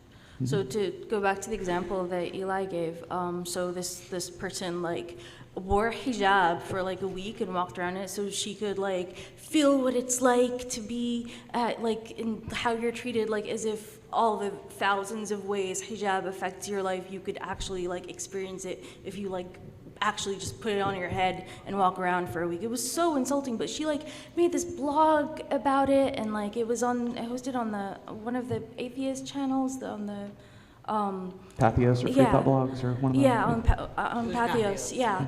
And it was like this whole thing, and it was so clearly about how and she was like presenting herself as like an ally and doing this like for like, oh, I'm a white atheist woman and I am doing this in solidarity with Muslim women. But then when Hina and I also responded to her, when Eli, Hina and I responded to her, she just doubled down and got defensive, and her whole shtick was like, well, my Muslim friend who wears hijab is saying this is okay, and like completely ignoring the fact that you have two ex-Muslim, ex-hijabis in front of you who, how long did we both wear the hijab? Like I wore it for 15 years? 10 years. Yeah, and like this was our life. And we are right there in your face telling you, and you are making it about yourself, making about defending what you did, and making about how, you had good intentions. And this is not someone who's engaging in good faith. This is not someone who actually cares about the issue at hand. They only care about presenting themselves as someone who is, progressive or whatever for like brownie points or whatever it is. And so I feel like whether or not someone's engaging with good faith, whether they're willing to listen to criticism, whether when you end up telling them you're wrong, whether they step away and think about it and do their own research, or whether they basically bug you and put it on you and then do the whole white tears thing and so on. Like, I feel like even if you're ignorant and even if you're coming from a place where you have made a huge misstep, if you are engaging in good faith, you will be the type of person who will step back and be appalled at the idea that you may have been wrong about this very important thing, instead of behaving in a way in which you just are defensive and double tap. I mean, I kind of wanted to offer her the full ex-hijabi experience when she took it off, get some older people from my family to yell at her about how much of a hoe she is now. Then maybe she would start to understand. But, I actually mentioned this at my workshop, which was, one of the first workshops at Skepticon, so a lot of people weren't here for that. But one sign of actual good faith, I think, is when people approach you humbly as a student. A lot of times when people are looking to get educated in these spheres, they don't always have the right approach. They approach like say they approach me as a trans person and they say, well, I don't believe that trans is real. And if you don't convince me in a way that I think is convincing enough, then you're an asshole and you made it up and you're the worst and I don't think you exist and I think you should die. And I compared it to how you seek an education, in an actual academic setting. I mean, if you manage to get your degree by going up to your biology teacher and saying, I need you to convince me personally that the mitochondria is the powerhouse of the cell. And if you don't do it in a way that I find personally convincing, if you don't use the exact right words, I'm going to write you off and I'm going to ensure that I vote in political parties that want to kill you. I mean, how would you, if you got your degree that way, by all means, share your secrets. All you have to do is approach as if you're looking for an education, act like a student, act like you're learning. That's a sign of good faith. Other thoughts? I don't have a lot of extra thoughts to add to this for some weird reason. I'm trying to figure out why. But I feel like that's kind of what sort of my role is in this. As a white person and up here with a bunch of people of color, sit down, shut up, let them talk, hear other experiences, and then get my communities and my family at my dinner table, at my Thanksgiving table, amplify the voices that I've heard, share the resources, point not necessarily to you or to you in particular, but to that voice that I've heard. I mean, some of it's out there. When we talk about racism, even if I can look at easy statistics and go, yeah, well, explain this current incarceration rate, explain this ticketed rate in this county. Like, how does that work if not for racism? Like, I just I feel like my position as a white person is really just to amplify the voices around me. And I feel the same way as a non-black person of color. Like, let's talk about Thanksgiving, right? Like you said, we all don't want to start arguments at Thanksgiving, but who is more equipped to disseminate information to people who are resistant and maybe are somewhat open to some education than our own family members, right? My family isn't going to invite Ashton over for Thanksgiving dinner and listen to what he has to say, but I can maybe amplify some of what he says to some of my, terrible relatives, including the cop cousin. Yeah. Sorry to hear that. So the other thing is have y'all, by a show of hands, how many of you have seen The Color Purple? Sorry. So y'all know who Miss Millie is, don't y'all? Y'all remember how she acted? The Christmas scene? A lot of us see that in many of the folks who call themselves allies. Because if we don't do something a certain way that is acceptable to someone who looks like you, we're certainly problematic, we're angry, we're these things. But listen, black people have a proxy to be angry, and we get to decide why we're angry and how we get called angry. Just because our approach and the way we speak, our passion, our anger is ours to own, and if it's towards someone who looks like you or towards your group, no, black people are not racist. We did not create the concept of race, okay? Brown people are not racist in the context that they didn't create the concept of race. But remember, black folks can be prejudiced. They can be a lot of things. But we're not actively running around like people are portraying us as in we hate white people. No, we hate your fucking privilege. We hate the fact that we have to use you to get into a damn door without being able to walk in, without being checked or pushed through an extra security check like we're going through some fucking TSA or something. We shouldn't have to pass litmus tests. We should not have to go through the hoops that you feel that you need to be made comfortable in order for us to be accepted by you, because we don't want to be accepted by you. We want to be respected.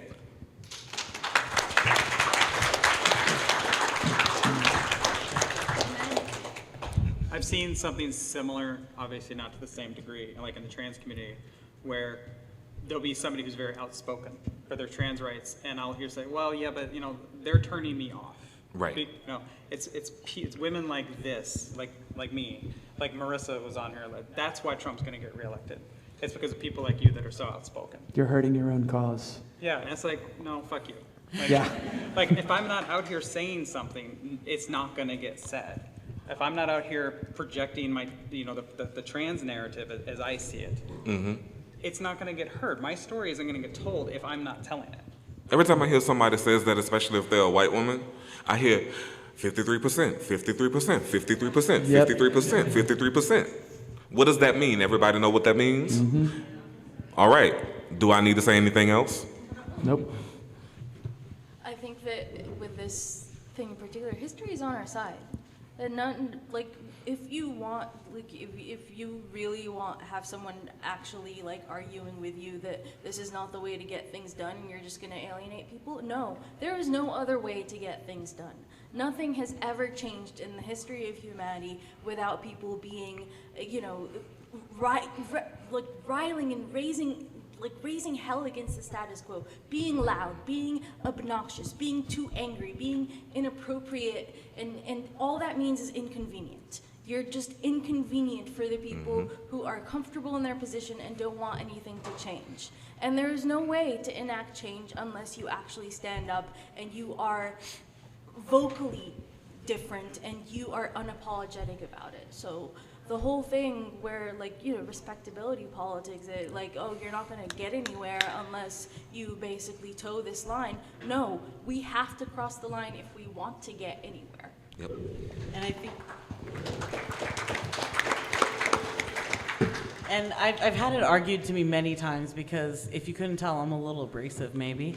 But I've had it argued to me about race issues, about ex-Muslim issues, about gender issues especially, that, why can't you just quietly live your life and be respectable and upstanding and people will therefore give you respect?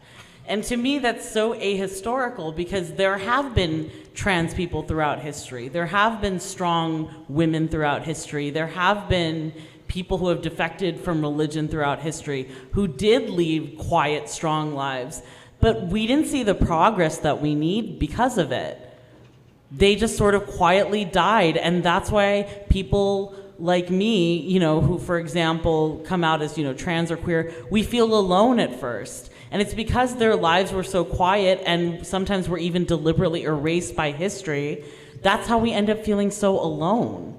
You got to raise some hell, not just to create progress now, but for the future, so that the next generations know they were not alone and they have absolutely the right to exist, to persist, and to resist for, generations to come.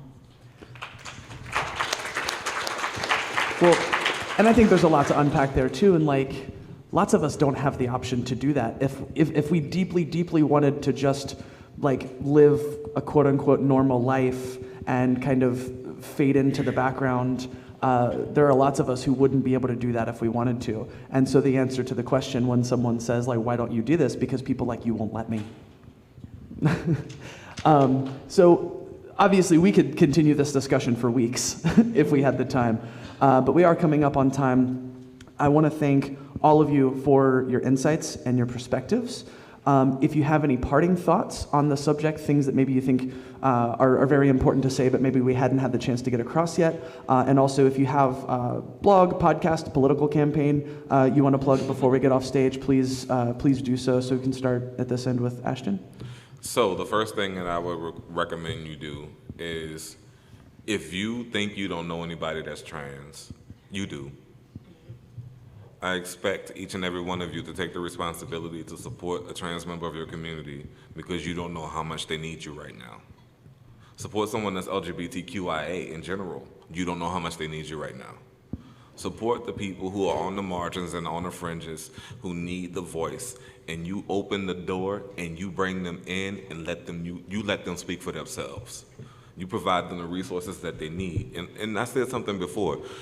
Organizers, we don't have fancy 501c3s and even fiscal sponsorships. We don't have offices. Our office is Facebook, Twitter, Instagram, Signal chats, so that we can get things done, right?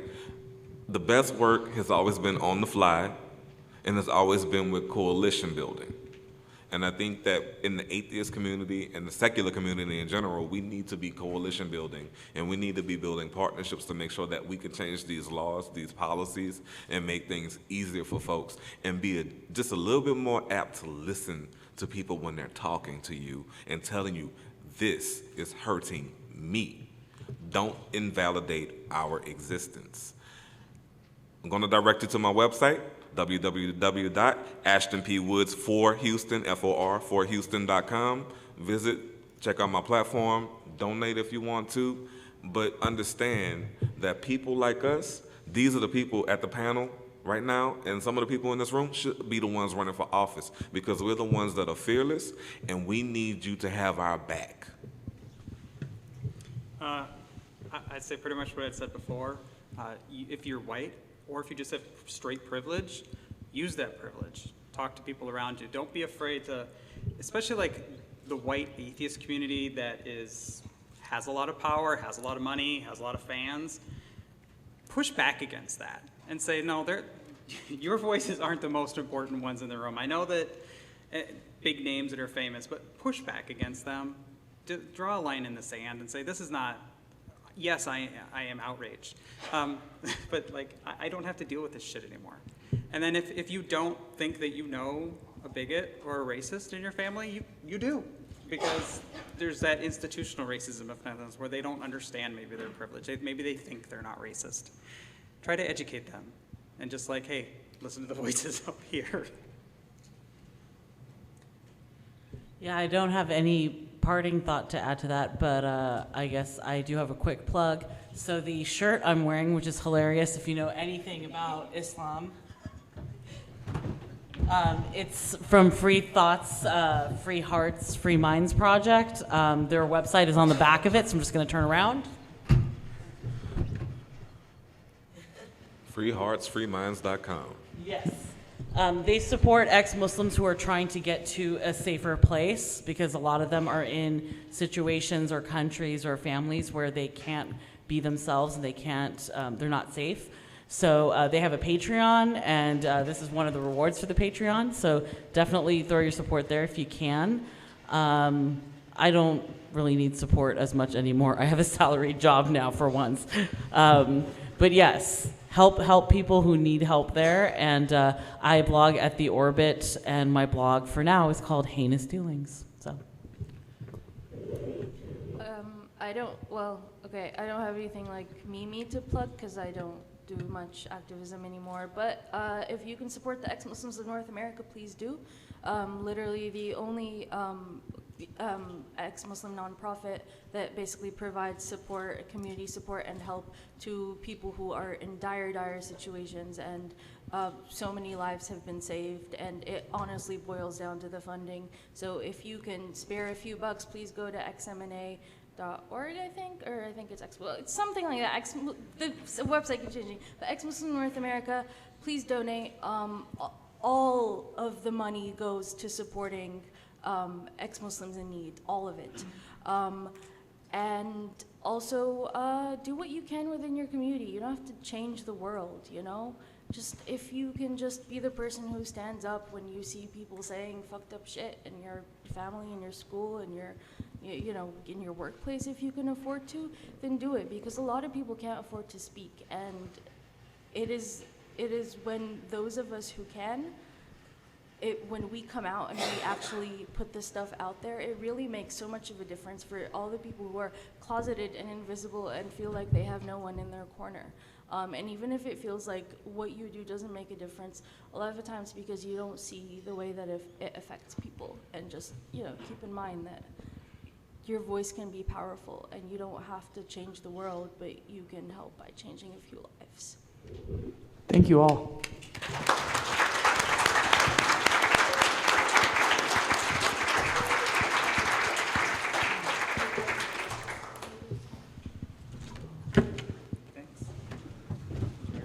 Did great.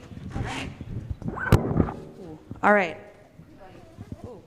Really? Oh, man, I thought the microphone turned off. Anyway, that concludes our main stage presentations for Skepticon, everybody. We did it! Another year down! Very shortly, we're going to be calling raffle winners. But before we do that, I wanted to tell you next year's dates. August 14th, 15th, and 16th, we'll be back here for Skepticon 12. The theme is superheroes, so look forward to that. Be thinking about what you're going to wear to prom all year, because I know I will. All right. And just one final thought is, like, it's been a little bit of time since we've had a Skepticon, and I really fucking missed all of you, and I'm so glad that we had a con this year. Someone said that it felt like a family reunion, and like truly, I'm looking in the audience and I'm like, my Facebook feed is just here in person. So it was really awesome seeing all of you. We still have workshops this afternoon, so stick around. There's a vendor room, and we'll see you next year, and shortly we'll do the raffles. All right, thank you.